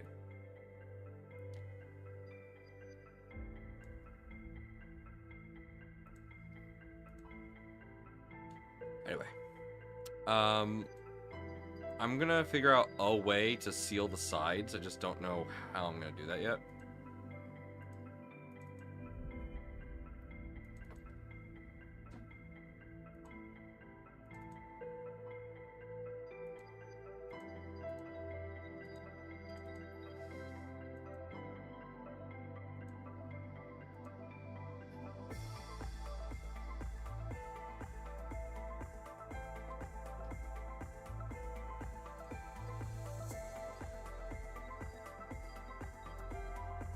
Hey, Paul. Hello, what's up? VHB, some flat parts. Honestly, that's what I'm thinking. Either VHB or glue. It's probably just gonna be inserts that you print on a Core 1 or something like that. Again, I'll figure it out. The idea is that we're able to fit the MMU into here. Which right now, the MMU slides in and you click into place. That's how it works right now.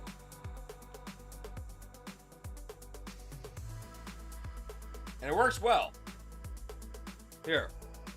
1 sec.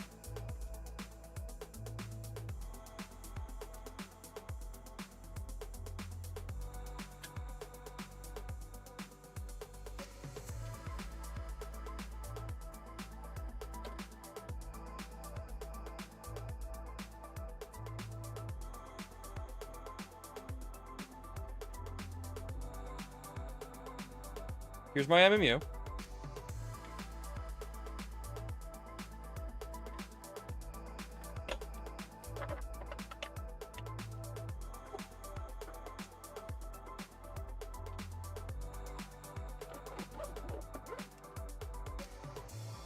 Slide it in.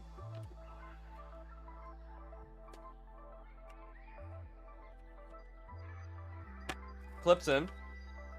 There we go. That's it.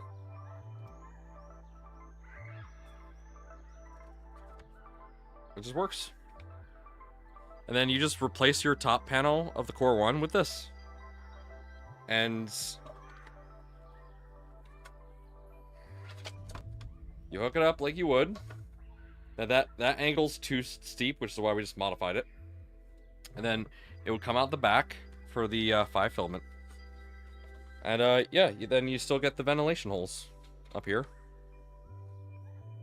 Should work. I don't see why this wouldn't work. And the best part is, this is agnostic to MMU mods. So, if you have the Ulti-Multi like we did, it'll work. If you have a standard MMU, it'll work.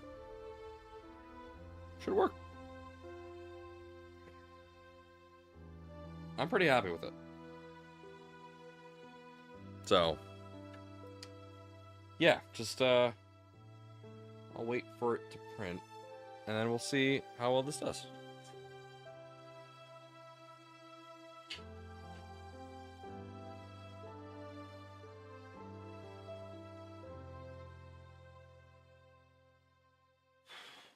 Man, it's hot in here.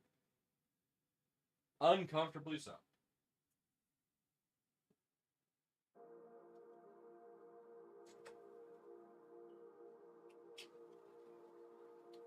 Alright, what's up with this little camera guy?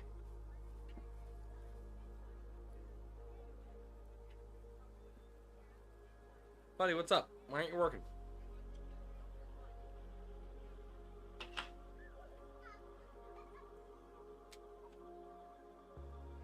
Let's see here. Okay. Booting up. Man. Yeah, it gets warm in here when the printers are running.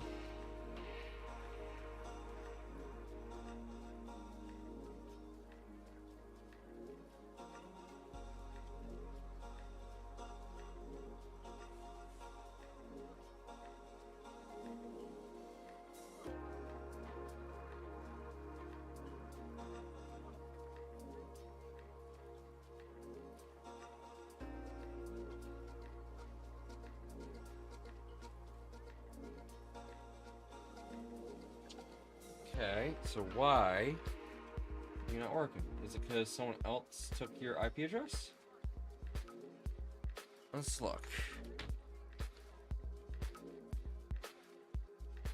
Yeah, Fusion's good to learn. I like Fusion. I also hate Fusion. Let me be very clear on that. I love and hate Fusion.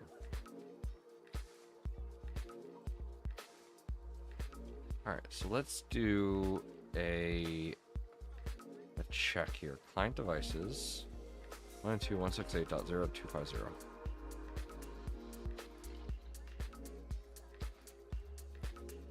Yeah, you're here. You are actively flashing.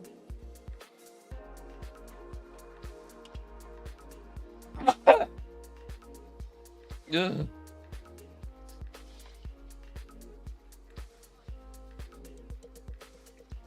What if I hit reconnect on you?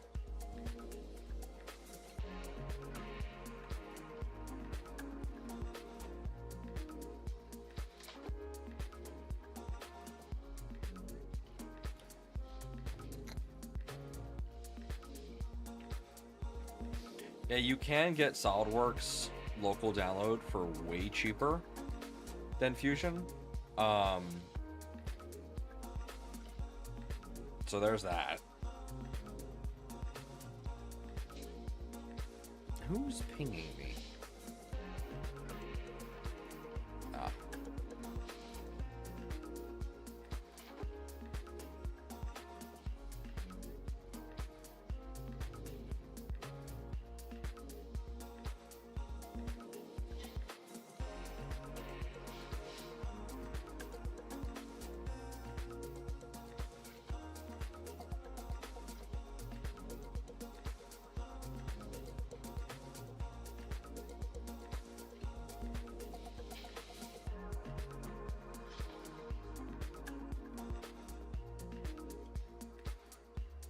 just double check and see why I got pinged.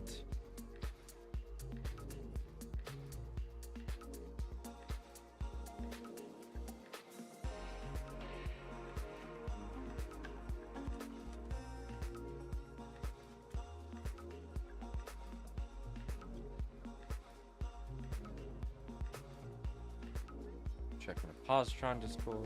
Okay. Oh, have a good night, Aaron. You're gonna have to tell me how to pronounce that one day.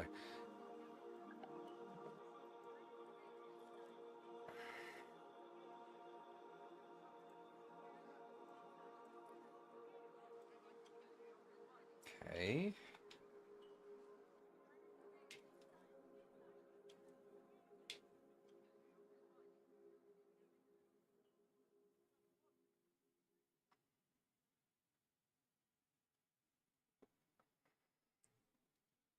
Go buy some stuff from KB3D and ask for speed ponies. Use Nomad's link. Yes, please do. Oh, and the XL is a burring. Let's see. Can I show you the Prusa XL while it's running?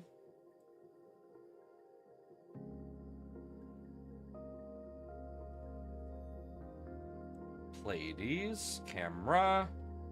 Yeah, still don't have control over the camera.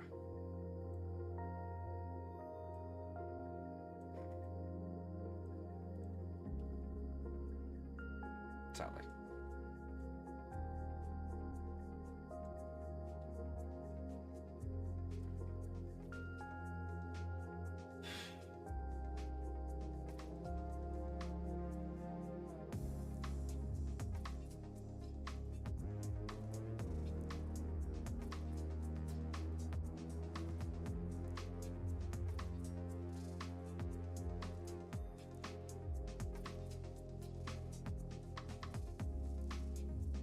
It's weird. I had a snapshot time as of yesterday.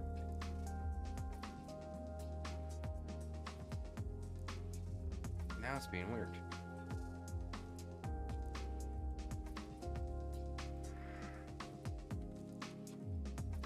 Oh, okay. Hey, this camera's back online. It's working now. Cool. Refresh that snapshot.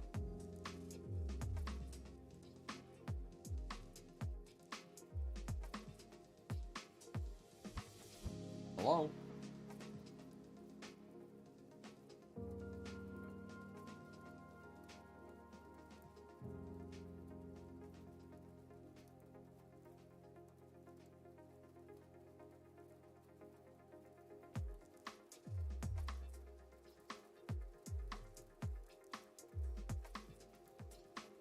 This poor thing's probably overheated.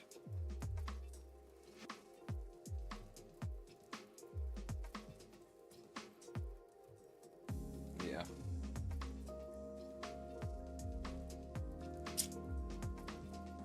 Yeah, this ESP camera's probably cooked.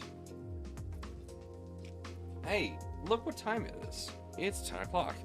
What does that mean, Nomad? Well, that means, giveaway link. Oh, no, I clicked on Fusion SolidWorks. I don't want SolidWorks. No, cancel.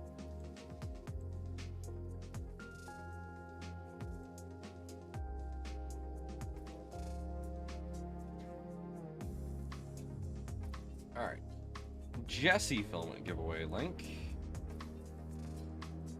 Clear the responses. Accepting responses. Copy responder link. Copy. Save.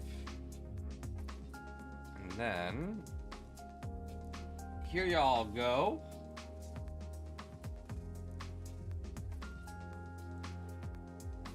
You want some Jesse Filament. Hop into that. But please remember, this is USA only.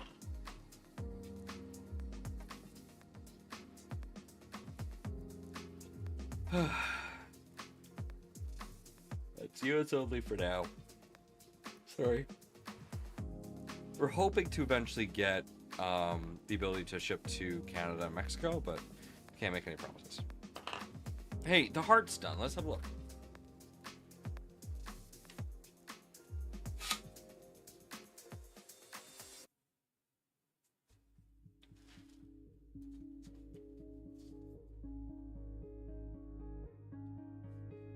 This came out great.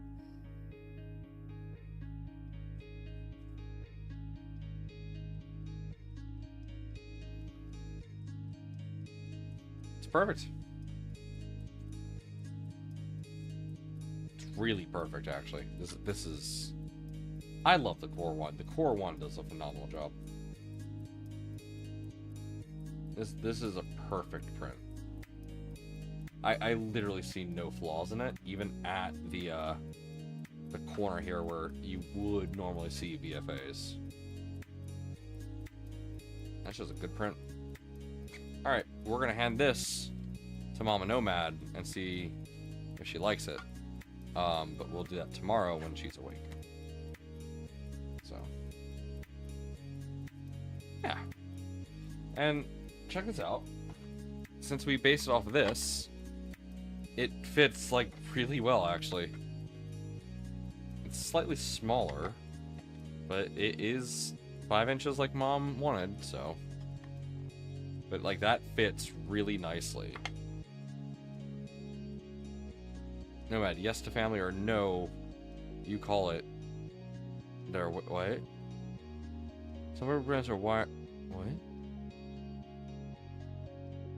Yes to family or no, you call it there. Oh. Oh. Yes. You guys are fine. There was confusion during the charity live stream. I had the rules set to 1 winner per household. That does not mean 1 entry per household. If your family also watches the stream, yes, you guys can all join in. However you decide who gets the filament is up to you. I am not part of that. But on these giveaways, since there is only 1 winner, you're fine. You're totally fine.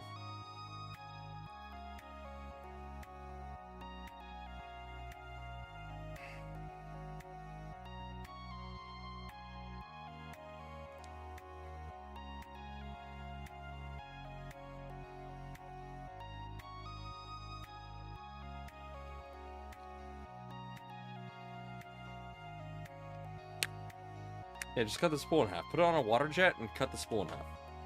There you go. Divide it like that. What's my favorite Jessie filament? Oh, that's a hard one. I have the answer. It's this. But here's the problem. You can't get this anymore. This was a mixtape.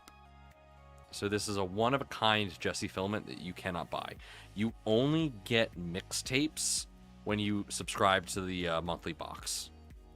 So what mixtapes are is we mess with the colors a bit. We mess with the colorants that we have, and we make a custom color. This is what I like to call ghost gray. So it is a black, but we have removed... I want to say we use like a quarter of the colorant we do normally in black. So what it results in is this ghostly gray that's also translucent. So like you can see through this. This is, you can actually see my skin tone coming through the filament, like considerable amount. If I hold this up, or it's easier when there's a light behind it. 1 second.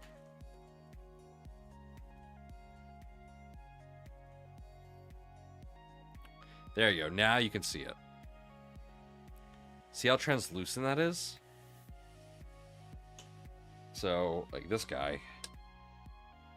This has a high density of infill, so like it doesn't work too well on him. But you can see how it works. Yeah, too high density infill. I have to do that with a lot less walls. And for comparison... Well, actually, this is bad because... Filament PETG orange is also a little translucent.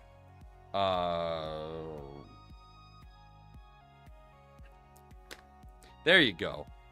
This is normal black filament as an example, and you can see that light does not go through it at all. Just nothing. None. Nothing. This, however, yeah, you could very clearly see it through. And, like, it shines through. Like, that part shining through right now, it's relatively thick. My favorite part is I use this to print. 1 second.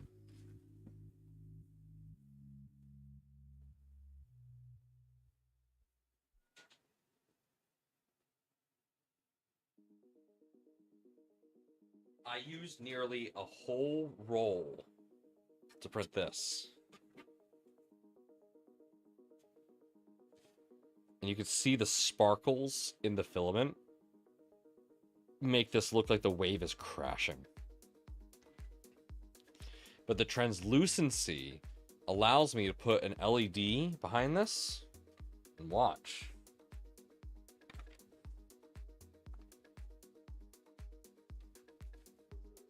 Look at that. This is not Soul Black. This is a mixtape. So we don't sell this color. This is a custom color. But, like, everything is just slightly translucent on it. So the wave isn't really translucent because of how thick it is, but because of how thin the actual lighthouse is, yeah. So, anyway, yeah. So this is we took the Soul Black PLA, Soul Black glitter, and we reduced the amount of black in it. And again, this is what I like to call ghost gray. I love this, and we will never make it again. Though I'm gonna try and convince Matt to make more of it, because I love this. I love this color. I love the glitter. How it's so subtle. It's like, it's not in your face about the glitter. It is subtle. Like, you can see it, a little bit of it when it shines. You can see a little bit of that glitter kind of pop out in some chunks, like right here. There's a little bit right in there. And, like, there's some in the wave itself, especially, like, towards the crests. It looks so good in person. This looks so good. Like, look at that. You can see it now up close. See, you can see the glitter now.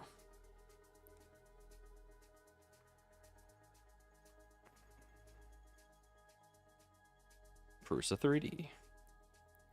Yeah, I love this. This is my favorite Jessie. Again, you could only have gotten this if you got a monthly spool. So if you ever see that our monthly spool boxes are available, hop on it, because you get some really freaking cool one-of-a-kind colors like this.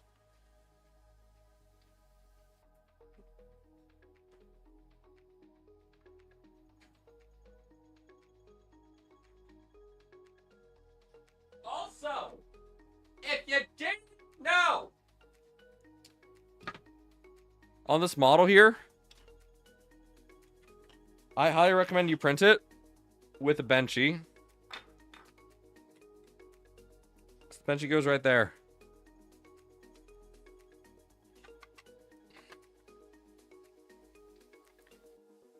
It's amazing. They added a little spot for a benchy. That benchy's about to knock into the lighthouse and cause catastrophic damage. I love it. I love it so much. I love this so much. This is actually next to my TV. This is one of those prints that, yeah, I show it the fuck off. I love it. It's on printables, I think. I don't know. Give me a minute. I'll find the STL.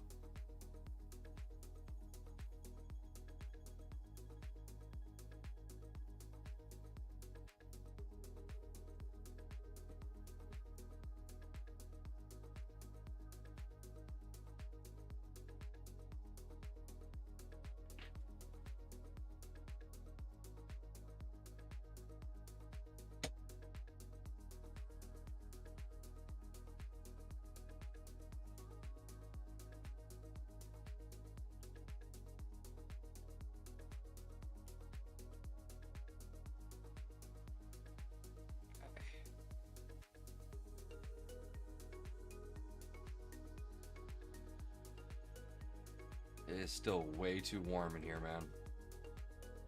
Alright. Lighthouse.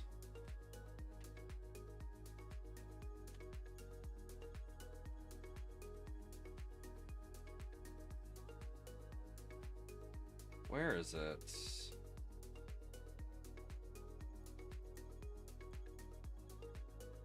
Where is it?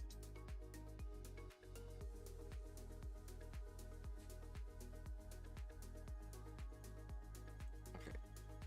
Prusa Lighthouse. Prusa Lighthouse.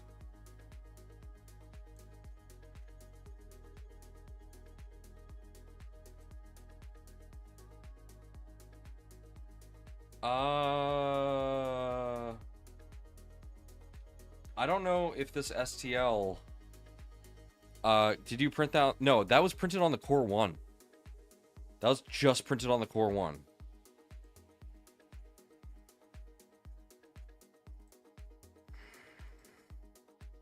Here, I'm going to do you guys a solid. Printer files. I'm going to download it. Here's the problem. It is just BG code. I can't download it. Never mind. Yeah, it won't let me download it.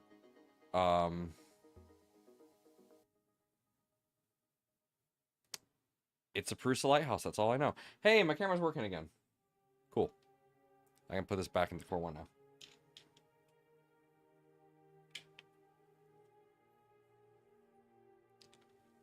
Nomad Soul, yeah.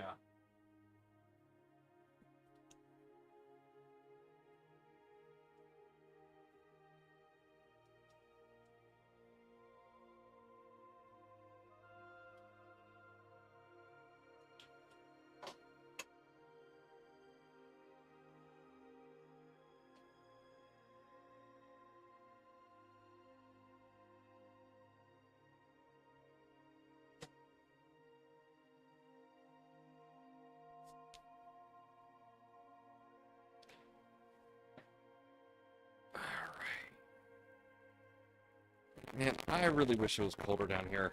Let me see something. It's way too warm. Oh, that would be why. Yeah, it's set to 74. It's set to 60 or 70. It's set to 70. And the fan's off? Bruh. Turn the fan on.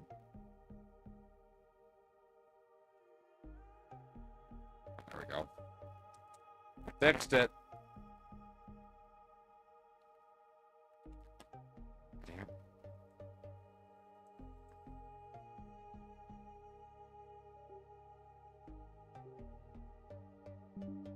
Okay. Mike's back. Sorry about that. This is getting bad. This is happening at least every stream now. It's not good. Okay.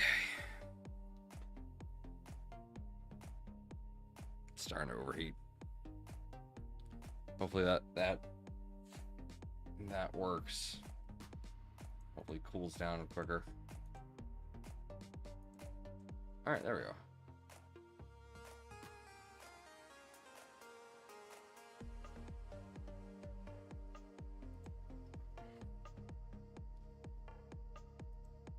Play IDs. Yeah, that's going strong, so that's good. Just wish I could like show the fact that it's like live now. But I guess they're still working on the Prusa stuff on that.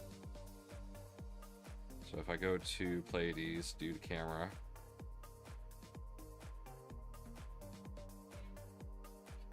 Camera is connected. What are you talking about? Alright. What if I did pulse? Yeah, that's live. Anyway, I can't wait to show you guys the new features of the Prusa Cam when those are released fully and fully functional. I really can't wait to show it to you because it is killer features.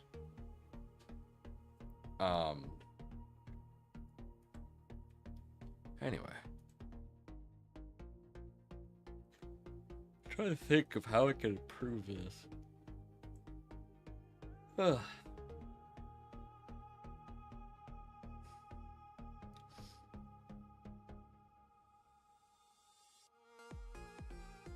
Alright. Let's do this. Let's do a little bit of housekeeping on the model.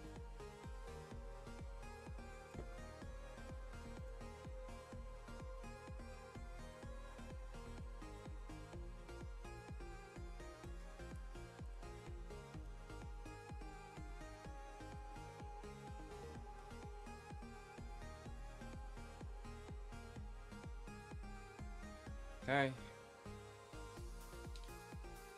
It's not the cleanest model in the world. I am not very happy with this, to be 100% honest. I'm just trying to make it good enough. That's all I care about. I just want it to be good enough to do what it needs to do. And then I can release it, and anybody that wants to do better than what I did can. Actually, I'm going to...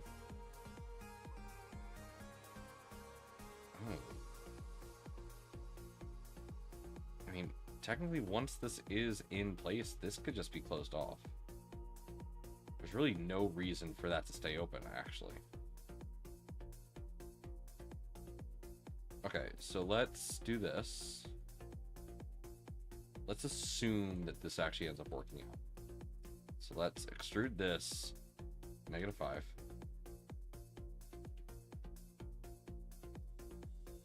Go in here.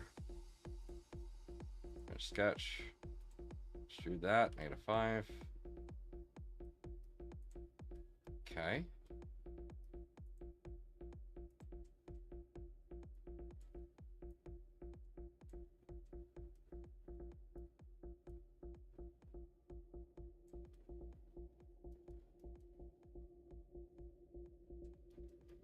All right. Cancel. Just do one side at a time.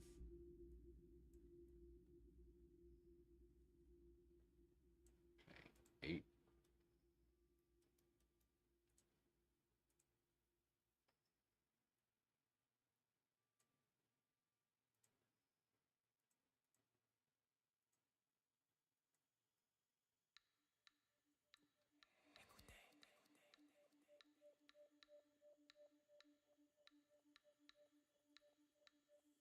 Okay, so let's undo that.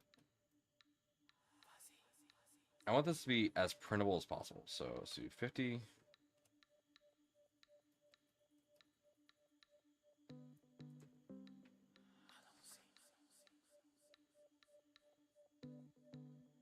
Giveaway at 10:30? Yeah. I'm really tired, guys. No, so no ventilation's needed in here. Because this is for... we want this to stay within the enclosure. So no ventilation.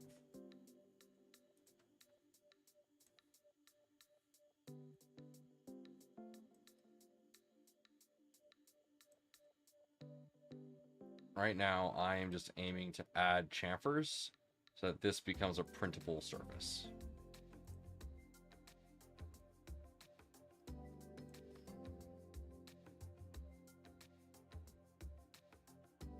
Alright, now that I've gotten that surface area relatively small, I'm actually quite happy with that.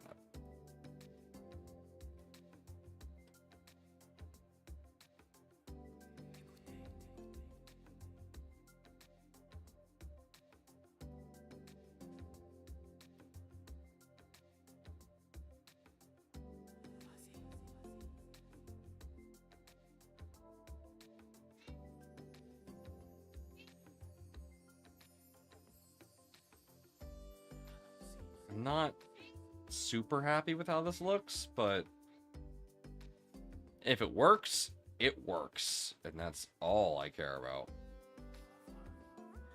Hi, Callie.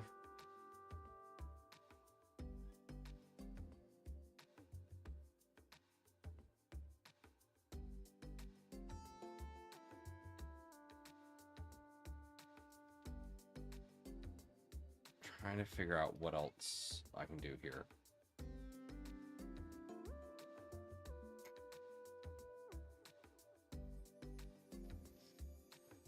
I'm trying to think, and I'm struggling to think here. I mean, I'm so limited without having the full thing printed. So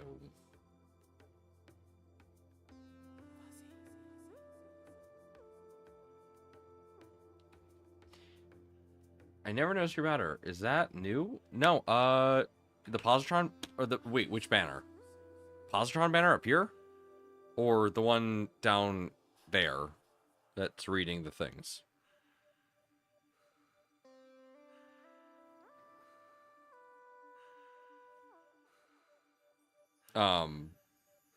Yeah, that's been there the whole time. At least for the past couple months. Since I started at Printed Solid. So for the past, like, 6 months it's been there? Holy shit, 6 months. Whew. Yeah, just to, disclose things. It does the disclosing, so I don't have to remember.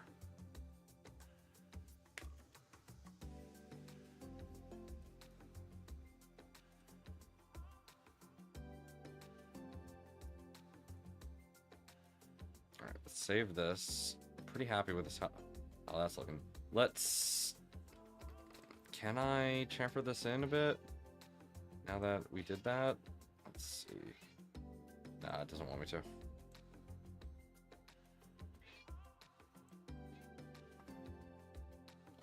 Alright, that helped clean up the front face a bit, which is nice.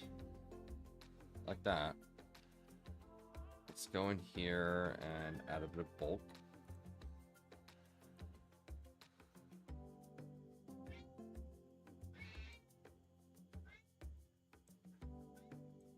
There we go. Reverend, what was the total for the fundraiser Saturday? $7,050, essentially. If I didn't walk into the living room and seen it on the big one screen, I would never knew it was there. Yeah, it's those that do like a full screen. Hello. Hello. You like interrupting my streams, don't you? It's Callie, everybody.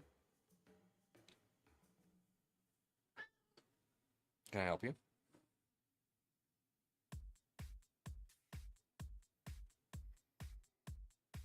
Can I? No. Okay, bye.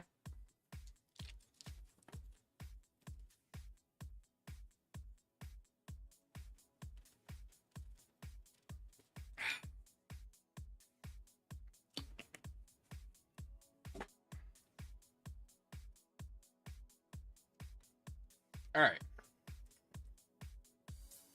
Hey guys, couple minute warning here. Make sure you hop into the giveaway that is pinned in the comments there. We'll be giving away one spool of filament, one Jesse spool of your choice.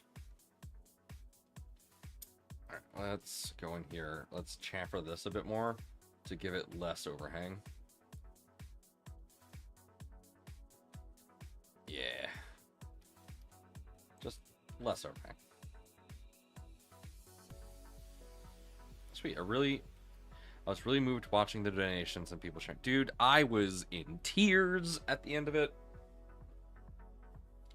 I still can't believe we raised $7,000. Still, it's amazing.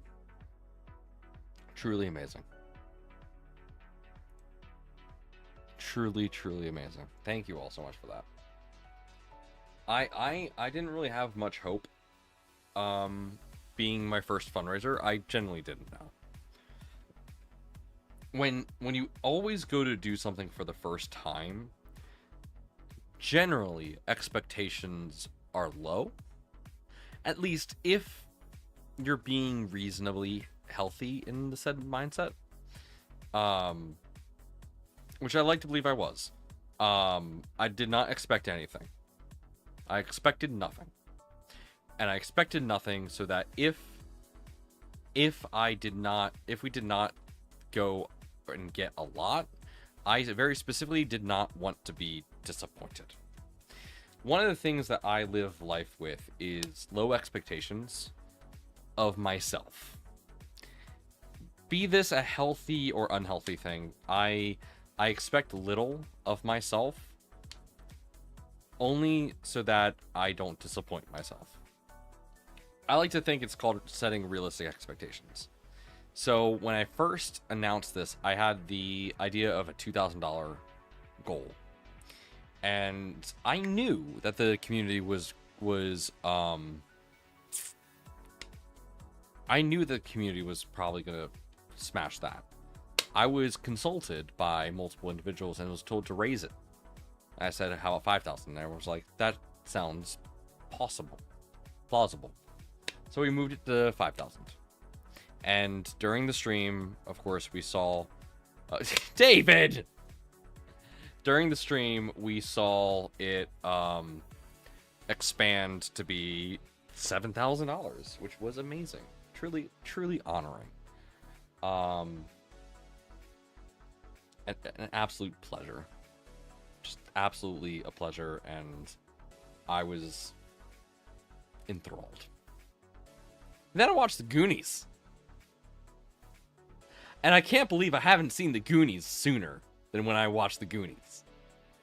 It's a good movie. Phenomenal movie. Come payday tomorrow, I'm donating to direct. I know the stream elements window will be closed. Yeah, it should have been closed already, but someone was able to donate through it. So try the link. It might work. If you need the link, just message me. I'll link it. I'm noticing, I'm not sure if I actually set these to be even on both sides. That is 150. And this is 150. Wow, I'm only 3 millimeters off. I am not. Yep, I'm not upset with that. He needed a scapegoat. Oh man. I want to watch it again, but the wife says no. Just watch it on your own time. It's on HBO. It's leaving HBO soon. So, you better watch it sooner than later. Leave it just to tweak some people's OCD. I'm leaving it. I'm not changing this. It's 3 millimeters. People can fight me. The fact that I am able to get it to work. The fact that I am able to get the MMU to mount into something that can be printed on a Prusa XL alone is... It should be impressive enough, and if that makes people grumpy, bite me.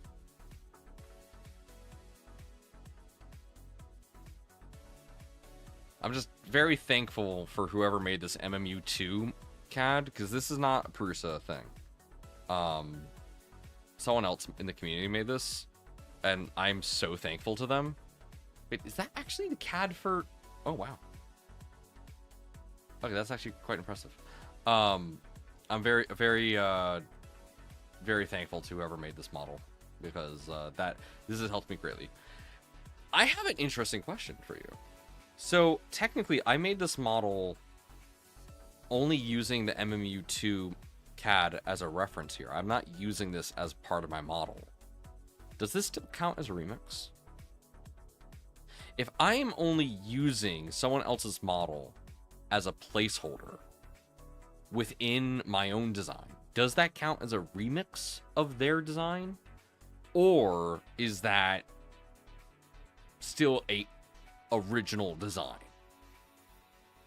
That is an interesting question. I'm actually very curious. Let's do a poll. So, if you use remix or original, if using another model as placeholder.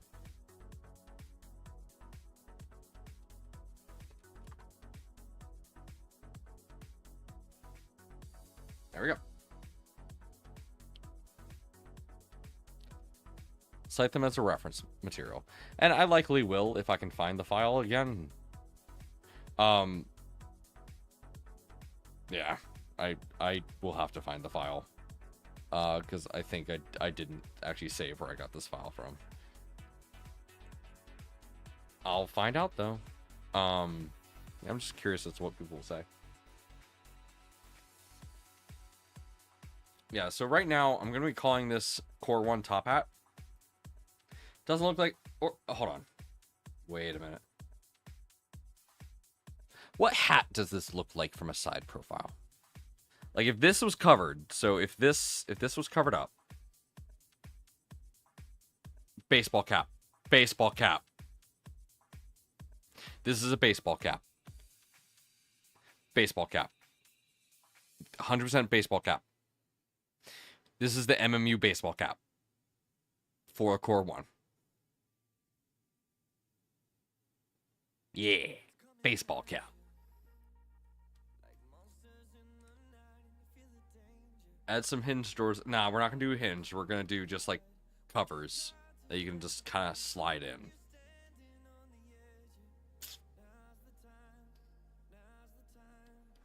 Trucker hat? I mean, you know me, I like trucker hats. But I still call these baseball hats. Yes, we need more hats. Hold on, I got a solution for this. There we go. 1 second.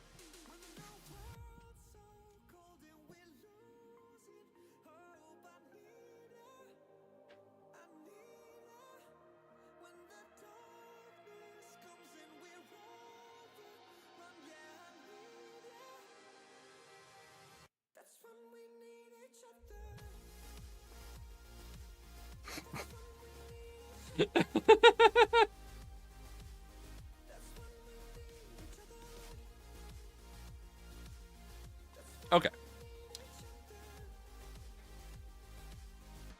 So, did I create? No, I did not.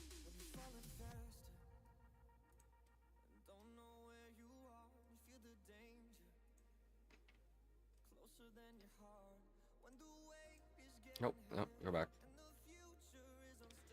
Alright, so we're going to go ahead and we're going to use this. Or bring it in by like 2 mil. Okay, there we go. Now what we're going to do, we're going to pull this out.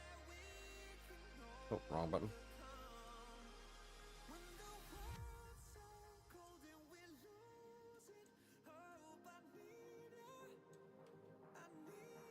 I think that should work. There we go. Yeah, like that. Alright. Now, we're going to go ahead and do the giveaway here. I just want to see that. But anyway. Just want to do a little bit of CAD with all the hats I'm wearing. The fact that these haven't fallen down has surprised even myself. I'm going to go ahead and close the votes here.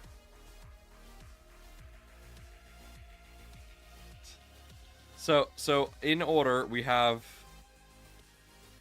a experimental positron hat. I didn't go with this because I didn't like it. Wasn't super fan of this. I believe Tech Jeeper sent this to me, but it says Nomad on it. It's my Nomad hat. Of course, we got the positron hat that I went with. I love this because the color of the bill matches the positron logo. And then, of course, my standard Prusa hat. Anyway. Alright,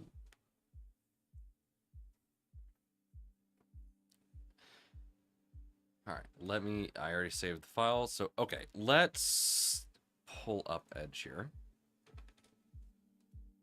You guys have 4 minutes to enter the giveaway. We're going to be doing a drawing in 4 minutes here. Which, hey, he's here, the man, the myth, the legend. Let's all give a very massive thank you to David for allowing us to give away 3 spools of filament every week. Thank you, David, so very much. I know everyone here appreciates it. I was showing them off the mixtape that we had from the subscription box. How this became my favorite color that we've made so far. We really need to make this ghost gray. Like, we really need to make this. I love it. Okay.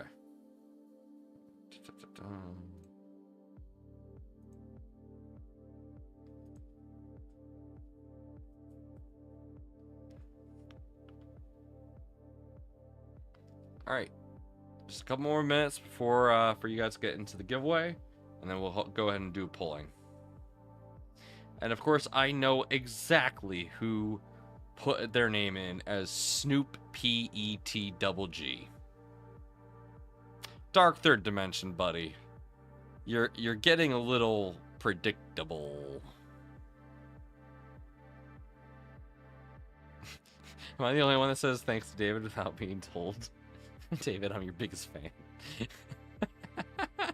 Someone wants free filament. Dark Third Dimension, you called!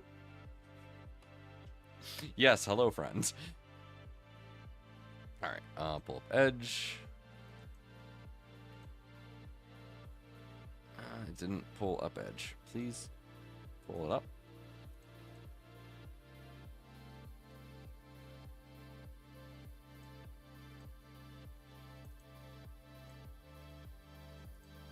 There we go. Just giving everyone a couple more minutes here. 2 more minutes. 2 more minutes and we're going to do the drawing.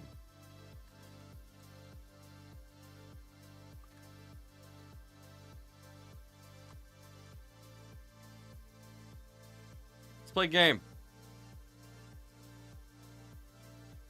While we wait. Let's play a game.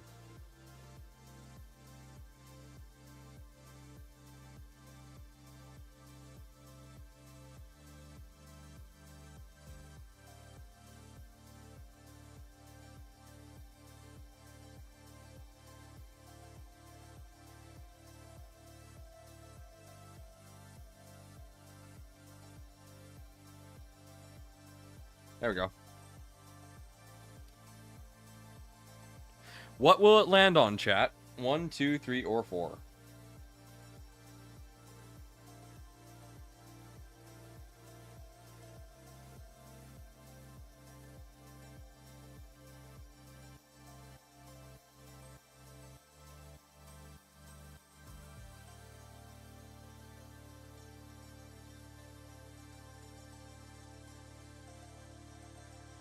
I'm very curious to see what you guys decide.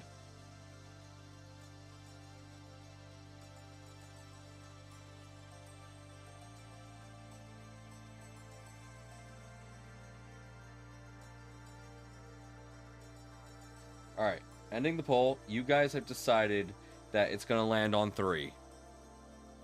Let's see who was right. And while we see who is right, I'm closing the responses, because it is now 10:45. And let's get your names into it. Oh, is it going to be 1? Or is it going to be 2?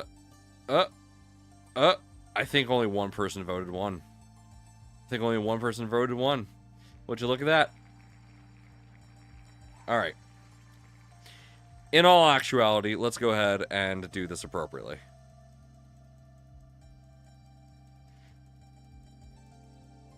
Alright. Let's see who wins the filament for tonight. Go ahead and pull this up. It's already pulled up.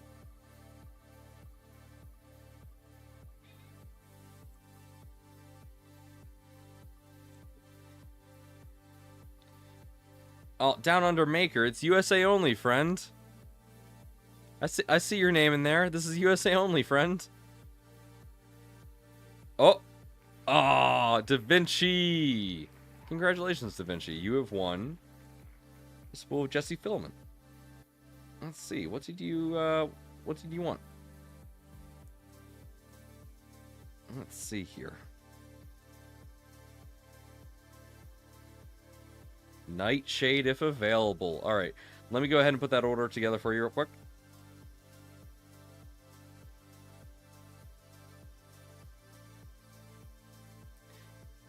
He has a U.S. address. Oh, well, that works. Look, I will say this. We do not directly support shipping forwarders because they're difficult to work with. Like they'll ask for like invoices and stuff, and it's like, what? So we don't directly support forwarders. Just putting that out there. Oh, my brother is in IA and works for... Oh, okay. There you go. That works out great, then.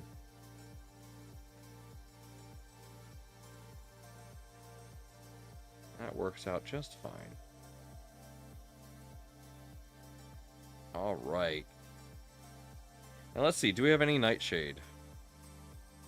No, we don't. Da Vinci, sadly, we don't have any Nightshade. What would you like in its place? Sadly, we are out of Nightshade.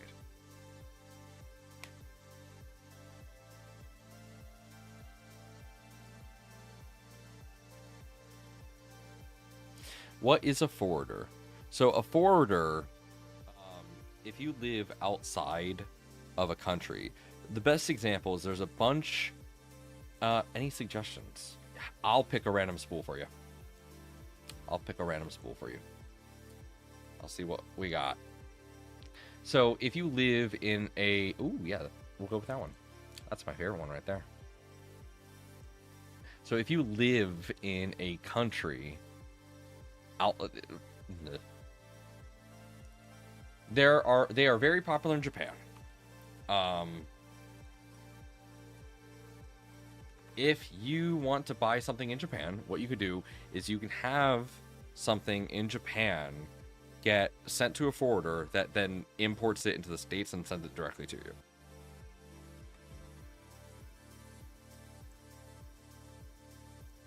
So that is a thing. So you can do that for stuff in the States. You can make a purchase for something here in the States, have it sent to that shipping forwarder, and that shipping forwarder sends it to your country. So that exists. Typically what they do is to reduce the cost of it all, is they try and get an entire shipping container's worth of stuff to then put it on a boat towards you. For Filament, I don't recommend it because it's on a boat for like a month. No guarantee you'll be good because you're on a sea. What's the most humid environment in the world? Boats. So yeah. Yeah. Yeah, pallet is filled or container is filled. It depends on how much stuff they're shipping. I think the ones in Japan and China wait until a container is filled. But yeah, if it's like from the US to say Australia, probably a pallet. Like whatever is going to get them the biggest discount on shipping when done in full. The most humid area is South Florida. Yep. Yes, it is. All right. Well, Da Vinci, thank you for participating in the stream tonight. You should get a email confirming your order there, or confirming your filament. All right, chat. Thank you so much for being here with me tonight. We got some cool stuff done. You know, we got this heart container done. I can't wait to give this to my mom and see what she does with it. I will happily show off what it is she makes with this later on. I'm actually really happy with how this turned out. This looks so good. I will post this as just like a heart-shaped thing. I'll give it some chamfers, and then this will be like a heart-shaped bowl that I'll post onto printables. So if you want to print this, you guys will be able to. I'll definitely do this before Thursday. Wait a minute. I don't have the files in. Fusion crashed before I saved this file. I will recover this file and we will post it. I just dropped that on my keyboard. Thank you all so much for watching. If you were here on Saturday, thank you so much. Oh my god, thank you for being here on Saturday if you were. And if you're new to the channel, welcome. We stream every Monday and Thursday, and we do crazy stuff. Sometimes we stream on Saturday. It all depends on if I'm doing anything or whatnot. I'm not going to be streaming this Saturday because I have a party that I'm going to, but we'll be back on Thursday. You know, if you ever want to know stuff about the Positron project, or, hey, some tips and tricks with Prusas or other mods, this is the place you want to be. We do just random stuff, but the most important thing is we like to get super down, chill, and talk about some serious stuff every once in a while. So thank you all so much for tuning in tonight. I hope you all had a wonderful night. And remember, if you want to see a positive change in this world, the best thing that you can do is to volunteer for a cause that you believe in. And if you're not able to do that, which is totally fine, not everyone has time to donate. You can donate money or just spread the word. There is so many things that you can do to make a positive impact on this world. And I hope we can. As the maker community, we should always be striving to build a better world. Thank you all so much for tuning in. I hope you all have a wonderful night.